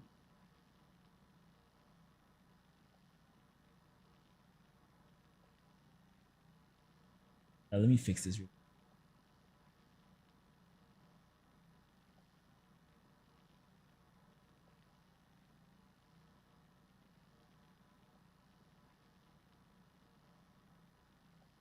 When these creatures like the best course of action, they have been known to explode on contact, emitting a corrosive tar. This substance damages boots, cargo, and batteries, and may even pose a threat to human life. If contact is unavoidable, then firearms, even though not loaded with anti-BT ammunition, are known to be effective. Feral creatures are known to have a degree of resistance to electrical attacks. Feral creatures have not yet been observed with the UCA, though ongoing research efforts have not been able to determine why. Cool. Dooms. Okay, we're getting to the juicy part because what the fuck is dooms? Okay, I know what dooms are, obviously. I don't know the depths of dooms. A strange condition which first identified around the time the Death Stranding. Dooms imbues sufferers with a range of abnormal powers. Although the exact nature of the condition differs from person to person, one symptom common to all doom sufferers is a strong connection with the beach and the world of the dead. Coming into contact with things related to the dead, such as BTs and chiralium, causes doom sufferer to develop goosebumps, like skin marks, a condition known as chiral rash. It perpetrates. Sam's connection to the world of the dead has been severed. What?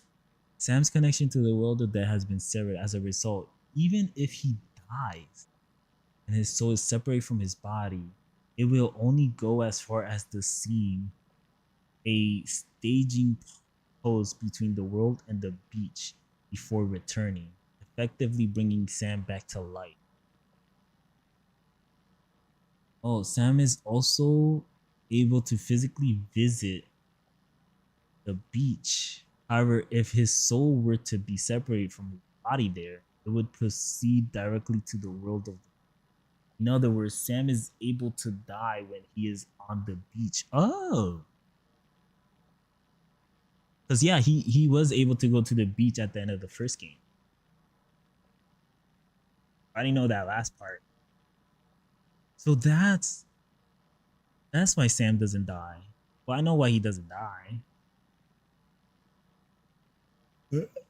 I think I do. I think I knew this in the first game that the reason he didn't die is because he used to be a BB.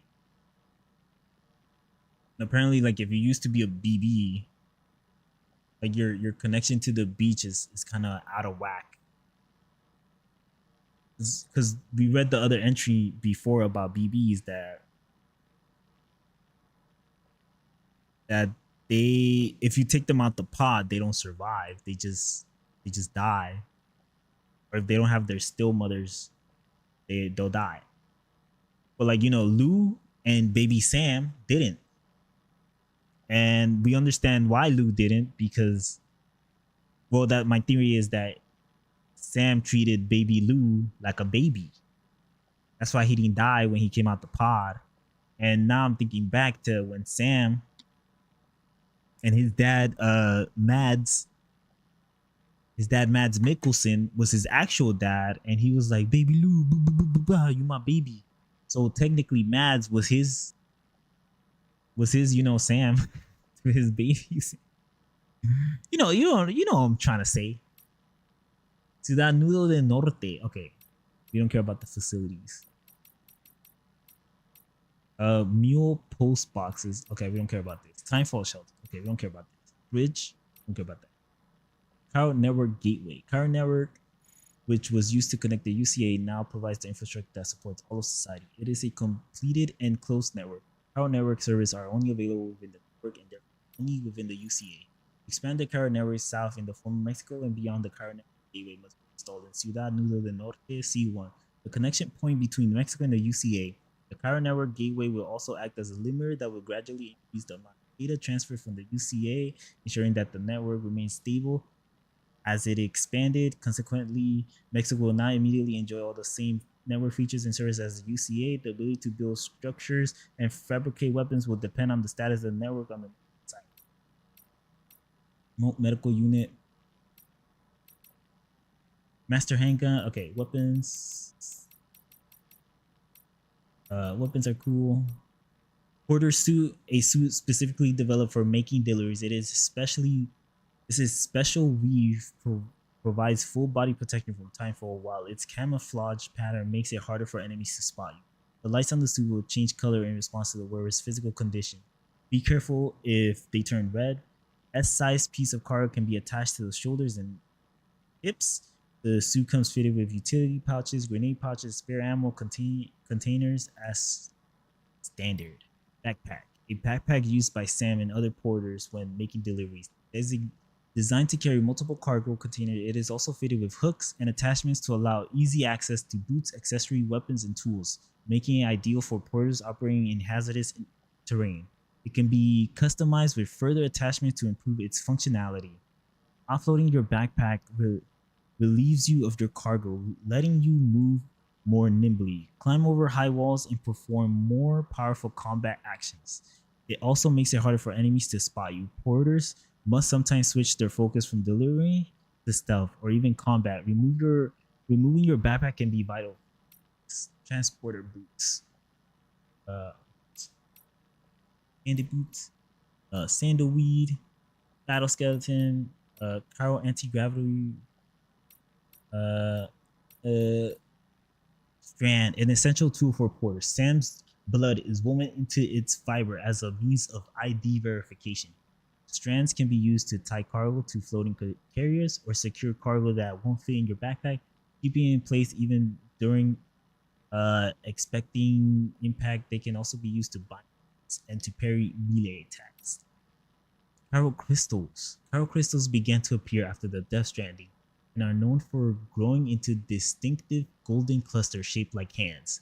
When these clusters are tightly gripped, they crumble into Cairo particles, which can be collected using a special device. Cairo crystals possess properties unlike any other substance found on Earth, and are used to fuel raw material in the construction of buildings and items to reduce the weight of objects. Having originated in the world of the dead, chiral crystals are most commonly found in areas of high chiral density, such as BT areas. Chiral radiation produced by the crystals mean they can only be collected by doomed sufferers, such as Sam. Large quantities of chiral crystals can be often be found whenever a BT is defeated. Materials. A ladder. Not important. DHV Magellan. Drawbridge's mobile base and a deep tar hunting vessel, or DHV. DHV Magellan traverses underground tar currents and can surface anywhere within the chiral network. When the ship is in motion, moving through the tar current, internal chiral density rises to extremely high levels. The DHV Magellan is piloted by Tar.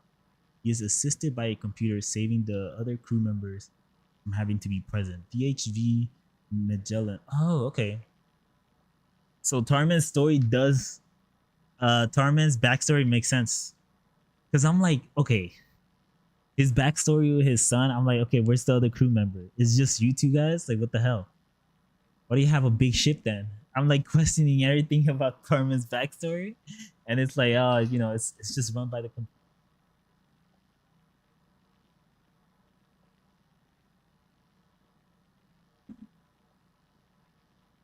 Which is funny. Tri-cruiser. Okay, organizations. UCA.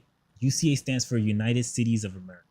The Death Stranding led to the destruction of the USA because there's no states, just cities that are left, leaving its people and cities divided and isolated. Bridget Strand, the last president of the USA, devoted her life to rebuilding America, connecting its cities. Sam worked with Bridges, an organization under the president's direct control, to connect North America to the chiral network. In doing so, he fulfilled Bridget's dying wish. Bridges, an organization under the direct control of President Strand, formed in order to rebuild the ruined USA. Bridges comprised several departments, including medical corpse disposal, security, and so on. The largest of these departments was the expedition team, tasked with connecting North America to the Caribbean. The first expedition, led by Amelie, set out to establish network infrastructure all over the continent upon reaching the West Coast. However, Amelie was captured by terrorists. Sam was also a member of Bridges but left following a tragic incident 10 years later. Sam was also a member of Bridges. Tragic incident? What was it? President Bridges Strand called him back and asked him to cross the American continent and rebuild the country. Immediately after this request was made, however, Bridget died. Die Hardman took over, and under his direction, Bridges provided support for Sam as he uses the Cupid to establish the UCA. Soon afterwards, rapid advances in communication technology meant police would be automated and human deliveries became a thing of the past. Bridges' first expedition. A team formed to establish the infrastructure for the Cairo network. They set off from Central Knot City on the east coast of North America 3 years before Sam began his own journey. The first expedition was led by Bridges' daughter, which is not her daughter. It was just her ka. The group split into two halfway through their journey, with one team proceeding towards the west coast and the other heading south toward Mexico. Oh, I didn't know that. Amelie made it to the west coast only to be abducted by terrorists, pigs. Sam therefore set out on his own journey across North America, not only to establish the UCA but to rescue Amelie. Fragile Express. Death Stranding destroyed the toppling its government and grinding its social infrastructure to a halt. In its place, Private Porter began allocating and distributing resources of their own. Of their own accord. One such delivery organization was Fragile Express. Funded by Fragile's father, after he died, Fragile took control and continued where he had left off. But the rise of APAS eventually made the organization redundant, leading to its disbandment. Drawbridge. Private delivery organization recently established by Fragile. Since APAS has taken over delivery within the Cairo network, human porters are no longer required outside the network. However, they remain as essential as ever, leaving Drawbridge to conduct deliveries beyond the border of the UCA. APAC, the Automated Public Assistance Company, is a private body that operates and manages the Cairo network and APAS 4000 on behalf of the UCA. Mexico and Australia are no longer functioning political states, but if another nation like the UCA were to begin connecting them to the Cairo network, it may well be interpreted as an act of invasion or colonization. To avoid any such misunderstandings, it was therefore decided that the Cairo network would be expanded by a private organization, a non-state actor. APAC is nothing more than a provider of Cairo network infrastructure and holds no political weight.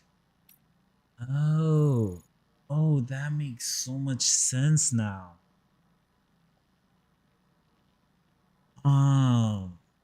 They're so smart. APAS 4000 gathers and analyzes data from not cities. It then provides its findings to citizens from other organizations to ensure the efficient management and operation of the UCA. APAS 4000 is also the operating system through which these operations are conducted and is sometimes referred to as KCOS, not city operation systems.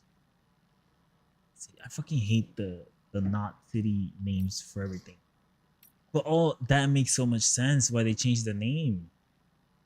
Cause yeah. If someone is like, oh, come join our network,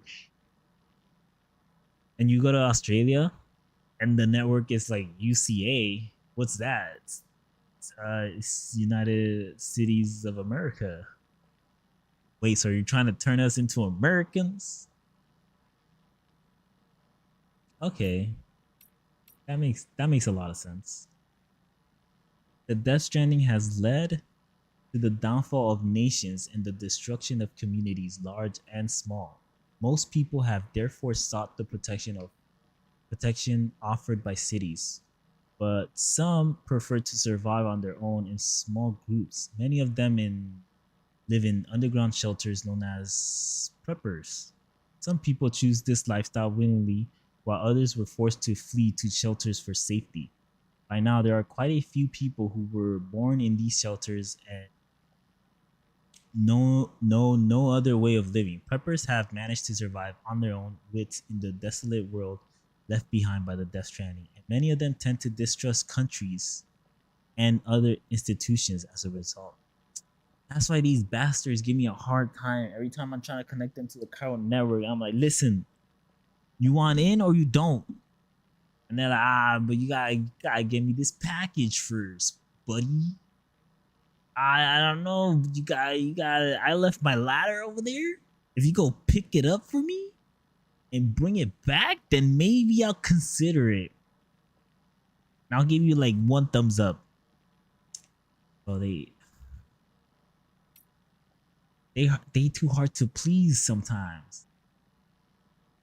Main order. Sam's top priorities that usually advance the what's this? Sub orders. About this. The beach environment. The beach. A place that exists between this world and the other side. Between the world of the living and the world of the dead. It is connected to the consciousness of every human. It is thought to exist exclusively to those born from humans. Oh. The beach exists in many different forms. There are beaches which exist on a higher plane to individual beaches. Beaches shared by people who have died at the same time. Beaches used for chiral network data transmission. All of them differ in nature to ordinary spaces and location. Time passes dramatically slower on the beach. A single second in the real world can last anywhere from several days to several years on the. What the fuck? What the fuck? I totally forgot this. I think Hartman explained this in the first game. Cause he would induce the stopping his heart for like what, like 23 seconds, like a minute? No, 3 minutes. Wait, no, there's no way it's 3 minutes. It had to be no, it was like 30 seconds. There's no way it can't be a full minute. A full minute you'll be like brain dead. 30 I said 30 minutes, 30 seconds. 30 seconds, Jesus. Crazy. Yeah, I can't, no way it's a minute. Like at least 30 seconds. I don't remember. It was 30 seconds, right? He would just I'm back. Hi Sam. But yeah, if Hartman, so 1 second would be years. So this bastard is going to beaches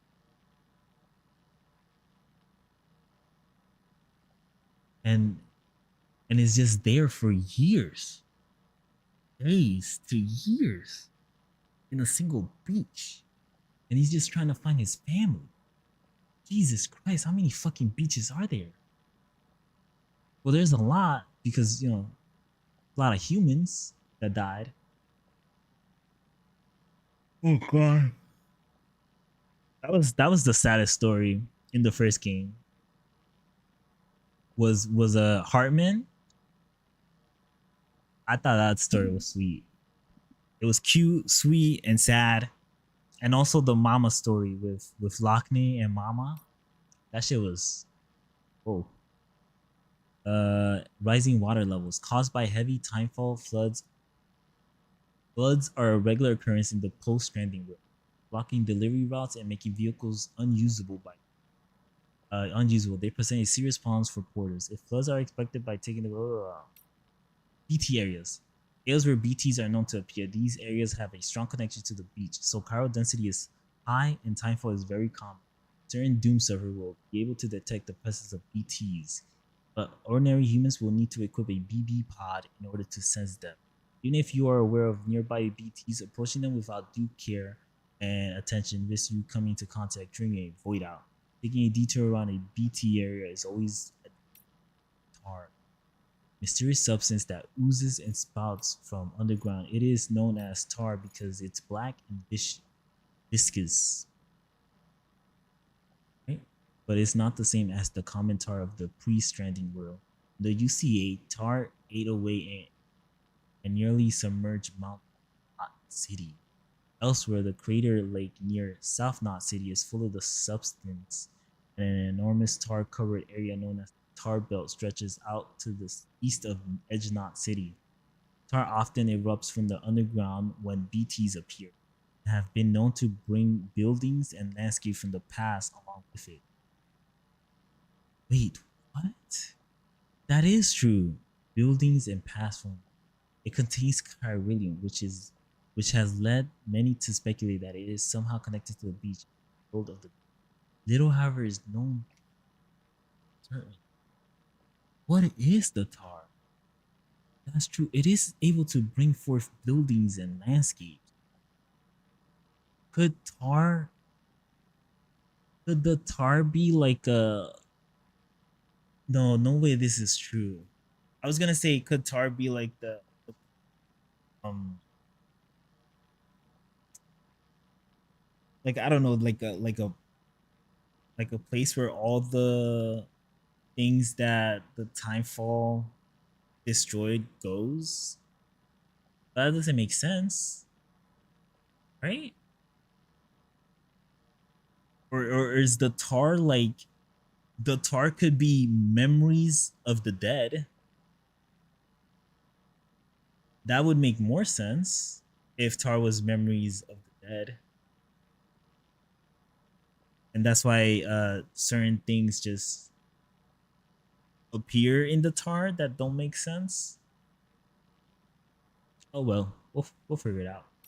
Plate gate, a phenomenon that appeared near the research lab in Mexico around the time that Sam began connecting the UCA to the chiral network. At first, only a microscopic warping in the texture of space could be observed, but this grew bigger as the UCA's chiral network expanded, connecting Mexico to Australia. The plate gate can be used to travel between the two continents.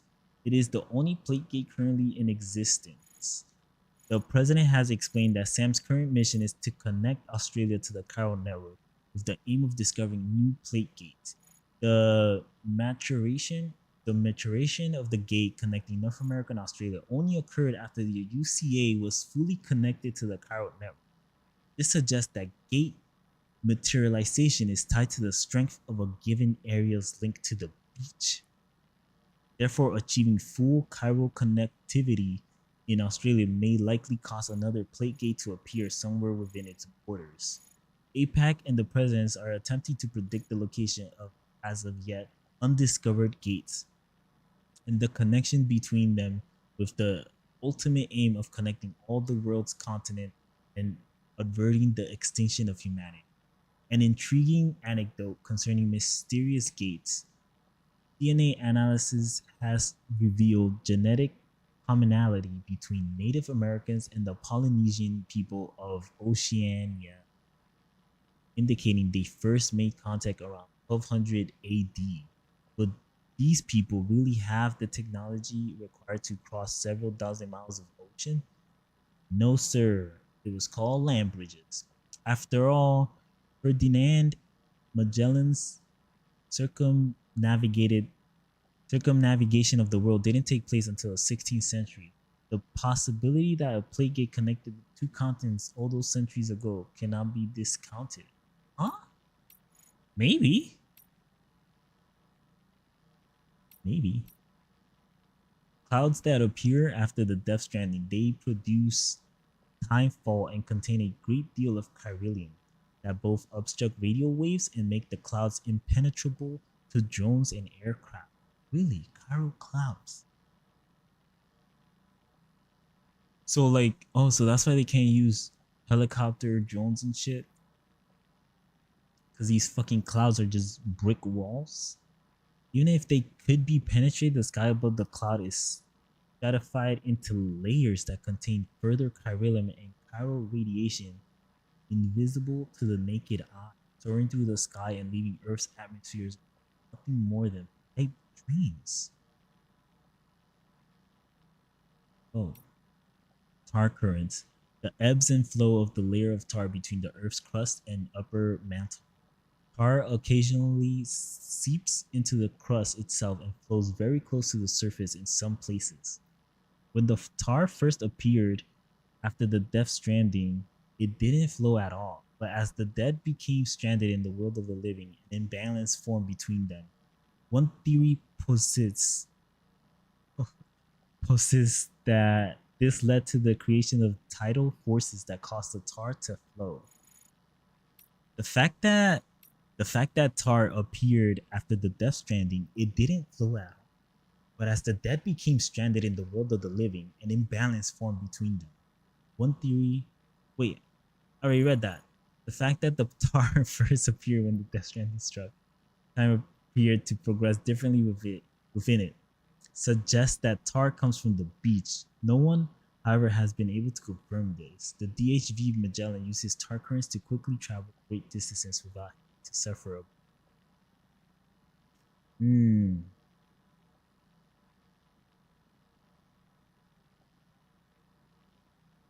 Hmm. Okay.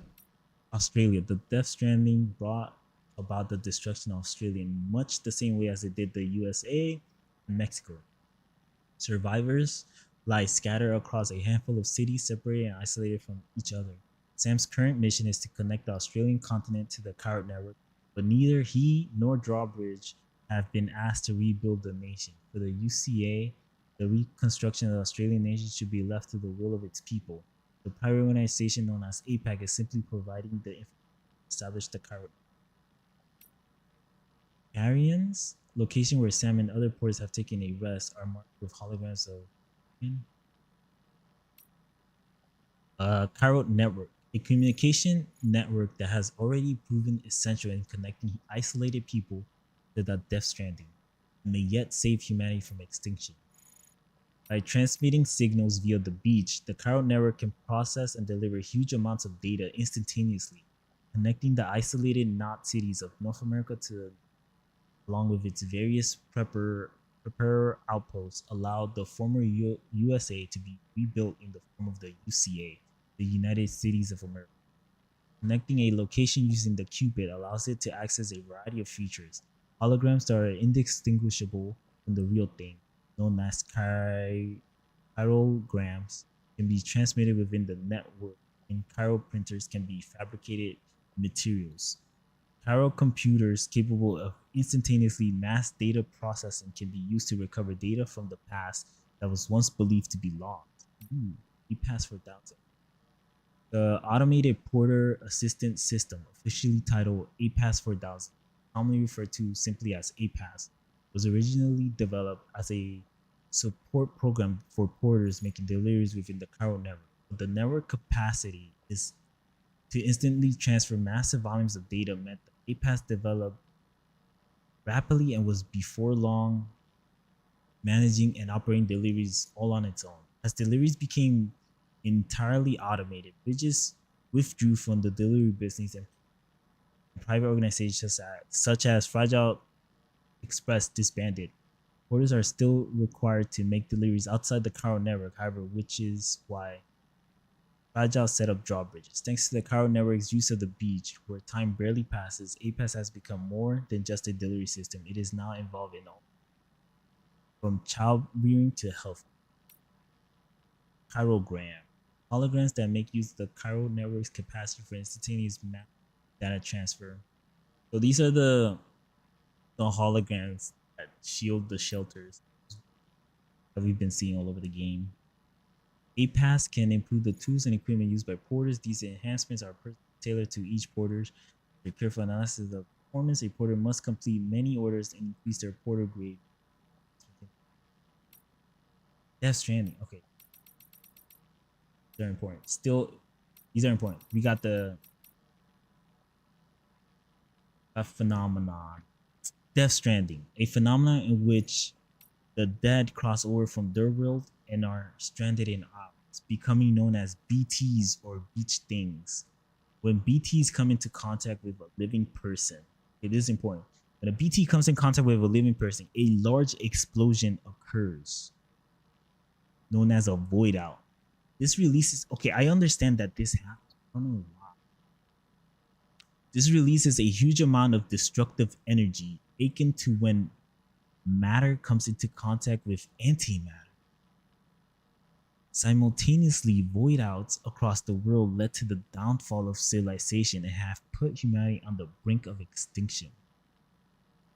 Yeah, because imagine nukes going off every time, like constantly throughout the world. The previous big five mass extinction that caused enormous damage to life on Earth are no longer thought to have been caused by meteor impacts or climate change, but rather the phenomenon known as the Death Stranding. No way. What about the Ice Age? Can't the Death Stranding can't explain that?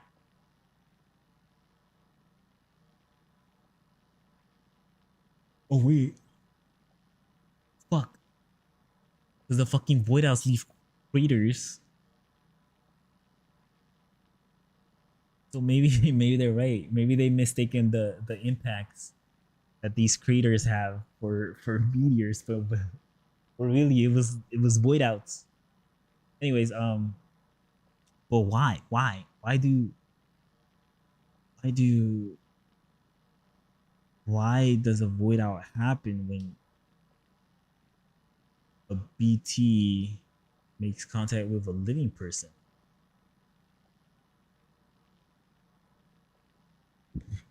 Also, why do the BT seek out living people? They want connection? They just want a body? Oh my god, I'm starting to remember. This was something in the first game too that like twisted me inside. Is that they want to be alive? They can't move on.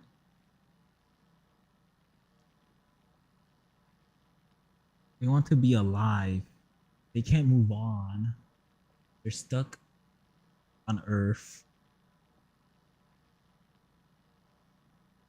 I don't know. I just remember feeling like they were selfish. They want it all. They wanted not to die, but also have a body. Maybe they're not aware that they're dead. That it always correlates to them not knowing that they're dead. Whenever they're not in the beach and their BTs are on Earth, they don't know. They don't know they're dead. But yeah, akin to matter coming in contact with antimatter. I have to look that up. What kind of explosion is that? Okay, void out. A huge explosion that is triggered when BT makes contact with a living human. The effect is similar to the concept of annihilation in particle physics. Oh fuck. Hey, I didn't study that. An enormous amount of energy is released, wiping out almost all matter. Void outs often leave huge craters in their wake. When the Death Stranding first occurred, the phenomena known as void outs were believed to be explosions caused by nuclear weapons, a misunderstanding which caused mass dread and chaos. The absence of radioactive materials and the discovery of chiralium made it clear that the explosions were connected to the BTs and the mass extinction event that had taken place in the past. Fear of coming into contact with BTs and causing a void out has caused humanity to avoid traveling and left the world separated and isolated. So they don't go into annihilation theory. So I don't know what the fuck happens when they come in contact with each other. You know, almost all matter. What else often? Okay, I'll look it up on my own time. Jump shock. a syndrome caused by performing repeated jumps to the beach. But it is clear that syndrome is brought about by the accumulated strain that multiple jumps place on the body. The exact causes are unknown, and no treatment has yet been developed. It is still possible to perform jumps while suffering from the syndrome, but doing so puts one's life at risk. Damn, bro, that's why she couldn't jump. Also bad. Timefall, a type of rain that started falling after the Death Stranding. It has an aging, weathering effect on anything it touches, living things and inanimate objects alike. Once timefall has made contact with an object, it turns into ordinary. Wait, what? Once timefall has made contact with an object, but only if it touches living things and.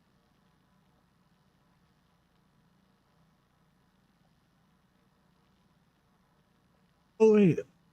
Oh wait. So if in the first contact of the timefall has the aging effect, but after that it's just plain water. Okay, so like if like timefall happens and there's like a puddle left over, if you touch the puddle, you're fine. But during the timefall, when it's actually raining, you're fucked. Timefall is accompanied by the appearance of inverted rainbows and is often seen in BT areas. Oh, it is an inverted rainbow. Black strands have been observed rising into the sky during periods of timefall, and the phenomenon causes spikes in chiral density, anomalies in the electromagnetic fields. Timefall therefore has an effect on electrical weapons and has been known to cause blackouts. Within the UCA, timefall is used to deliberately accelerate the passage of time. Grow crops more quickly. Oh, that's so smart. A practice known as timefall farming. Still baby syndrome, a phenomenon in which fetuses stop growing at 7 months. No still baby removed by a cesarean C-section has survived the procedure, and there is currently no treatment for the syndrome. Still baby syndrome has been observed across the Death Stranding. It does not affect all babies, but it is the primary cause of plummeting birth rates worldwide. One theory suggests that still baby syndrome is caused by an imbalance in the beach and that expanding the chiral network will counteract it. Huh. So that's why La Madre has a hard time. Well, that's why her baby is not born. She's like, hey, bro, it's been like 15 months. My baby's still in my butt. I'm still pregnant. What the fuck? After the Death Stranding, death came to be defined as the separation of a person's ha and their ka. It is said that the understanding of life and death was already commonplace in ancient Egypt, where it was believed that even as the body wasted away, the soul lived on forever. Egyptian practices of mummification and preserving corpses in sarcophagi were done in the hope of allowing the dead to live on in this world. Following the Death Stranding, however, it has become necessary to dispose of a body known as once a soul has left it, usually by incineration. If this is not done, the departed soul may return to this world. Oh, that's why I felt that way. Because in the first game, maybe I read it wrong, but I thought when a person dies and their soul leaves, it's like an empty husk. And the BTs that are around, they try to get inside because they're like, oh, there's an empty body. But doing that causes a void out, a bomb. So that's why I was like, yo, bro, they're selfish. Just die. Just be dead. But I didn't know it was the same soul of the person that died. I always thought it was just a random BT that just tried to get into that body. And I guess it wouldn't be compatible, so they blow up. Or you're not supposed to, you're dead. Boom. Interesting. If this is not done, blah blah blah. It's believed that this is due to Death Stranding altering the balance between the world of the living and the dead, and then unbalancing our relationship with the beach. Earthquakes. Earthquakes are earthquake-like phenomena that are triggered when matter passes through the plate gate. Oh. However, unlike ordinary earthquakes, the strength of the shaking does not always correspond to the distance from the epicenter, which could be considered the plate gate itself. Rather, the strongest shaking often takes place elsewhere at a seemingly random location. The seismic wave appeared to be strongly influenced by the tar currents. In extreme cases, localized shaking affecting only a 100-meter radius has been observed. Earthquakes can also cause abnormal reverberation within the tar currents. This is believed to be the reason why strong quakes have occasionally been observed in areas that are very distant from the plate gate. Being different from regular earthquake, they employ their own system for measuring magnitude, or the G scale. The larger this number, the stronger the shakes will occur. Extending the chiral network across Mexico and Australia has allowed access to the plate gate to be controlled and regulated. As a result, it was expected that quakes caused by the passage of people and objects through the gate would reduce. In practice, however, gate quakes continue to regularly occur in all regions. No one is certain why, though one theory suggests they are the tremors of BTs and the dead passing through undiscovered gates. Oh, on the beach and the other in the world beyond.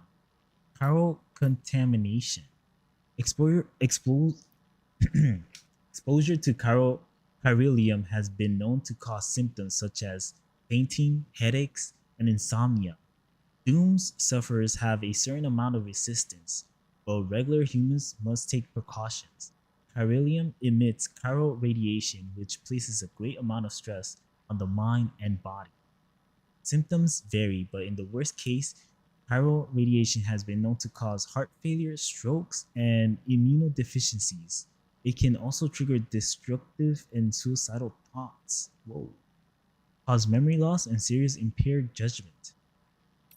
Oh, that's why that guy, the Gov from Australia, was losing his mind. He was like, "What? I thought I rebuilt Australia." And then next thing he know, he's in the Death Stranding. Uh, Last Stranding.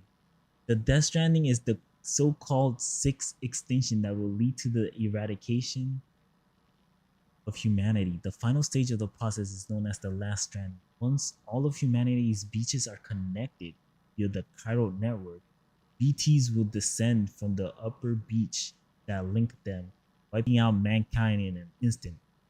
Amelie was to be the trigger for this process, and as an extinction entity, could not stop the Last Stranding even if she wanted to. Powerless, she instead had Sam choose whether humanity should go extinct and sealed herself away on her beach, the upper beach, to avert the Last Stranding, but doing so permanently severed the connection between Sam and Amelie. Yeah, I couldn't talk to my sister, girlfriend. What is she? My girlfriend's sister? No, my so weird. But you know, we needed to make the sacrifice. It was her or humanity. Still mother. Still mothers are brain dead women whose unborn children are used as bridge babies. They are kept alive by life support systems at Bridges HQ and retain a mysterious connection to their children even after they are removed from them. This connection, supported by BB pods designed to simulate the condition of the womb, allows BBs to connect to the beach and detect the presence of BTs. Still mother. I think we read up on everything.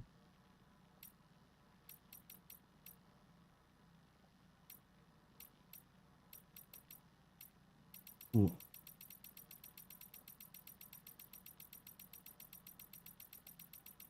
All right, we are caught up on lore. Only only took 2 hours of reading. Dang, I was reading for 2 hours. Let me save. I haven't saved since I started playing this game.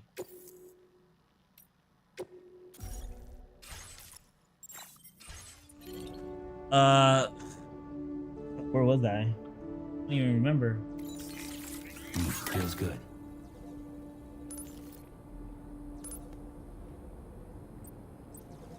I expect to do that. I expect to read all that.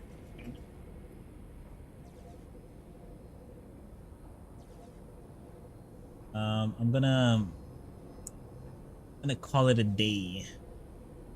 I'm gonna lie. The reading wore me out. But let me remember what I was trying to do. Okay, we're gonna take this mission. No, I wanted to go to Mexico. How do I get to Mexico? Oh, like this. Mexico.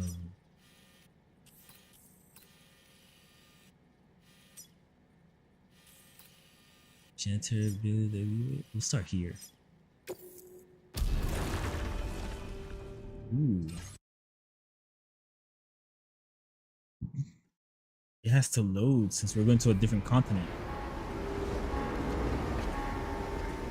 It's raining. We don't like that. Is it actually raining? It is raining. Oh no, we're gonna sleep till the morning. Avoid the rain.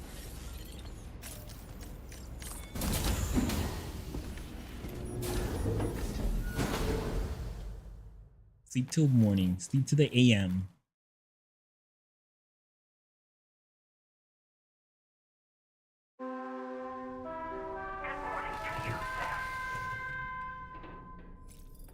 Get up.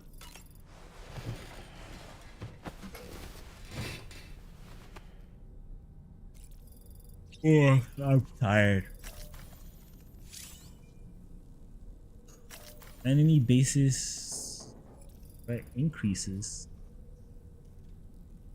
Oh, look at that. They made Mexico more tougher. Just for me. Thank you. Anyways, I didn't expect that to be the lore stream, but we read a lot of lore on the Stranding. And I clarified some details that I was so confused on. We made some interesting theories as well. Not too bad. I'll be back later on to play some more. I gotta beat this game. I'll beat it this week. I'm gonna just go all in. It's time to beat this game. I've been too preoccupied. Anyways, thank you for your time. Thank you for watching the stream. Now, deuces. Peace out. It's been real.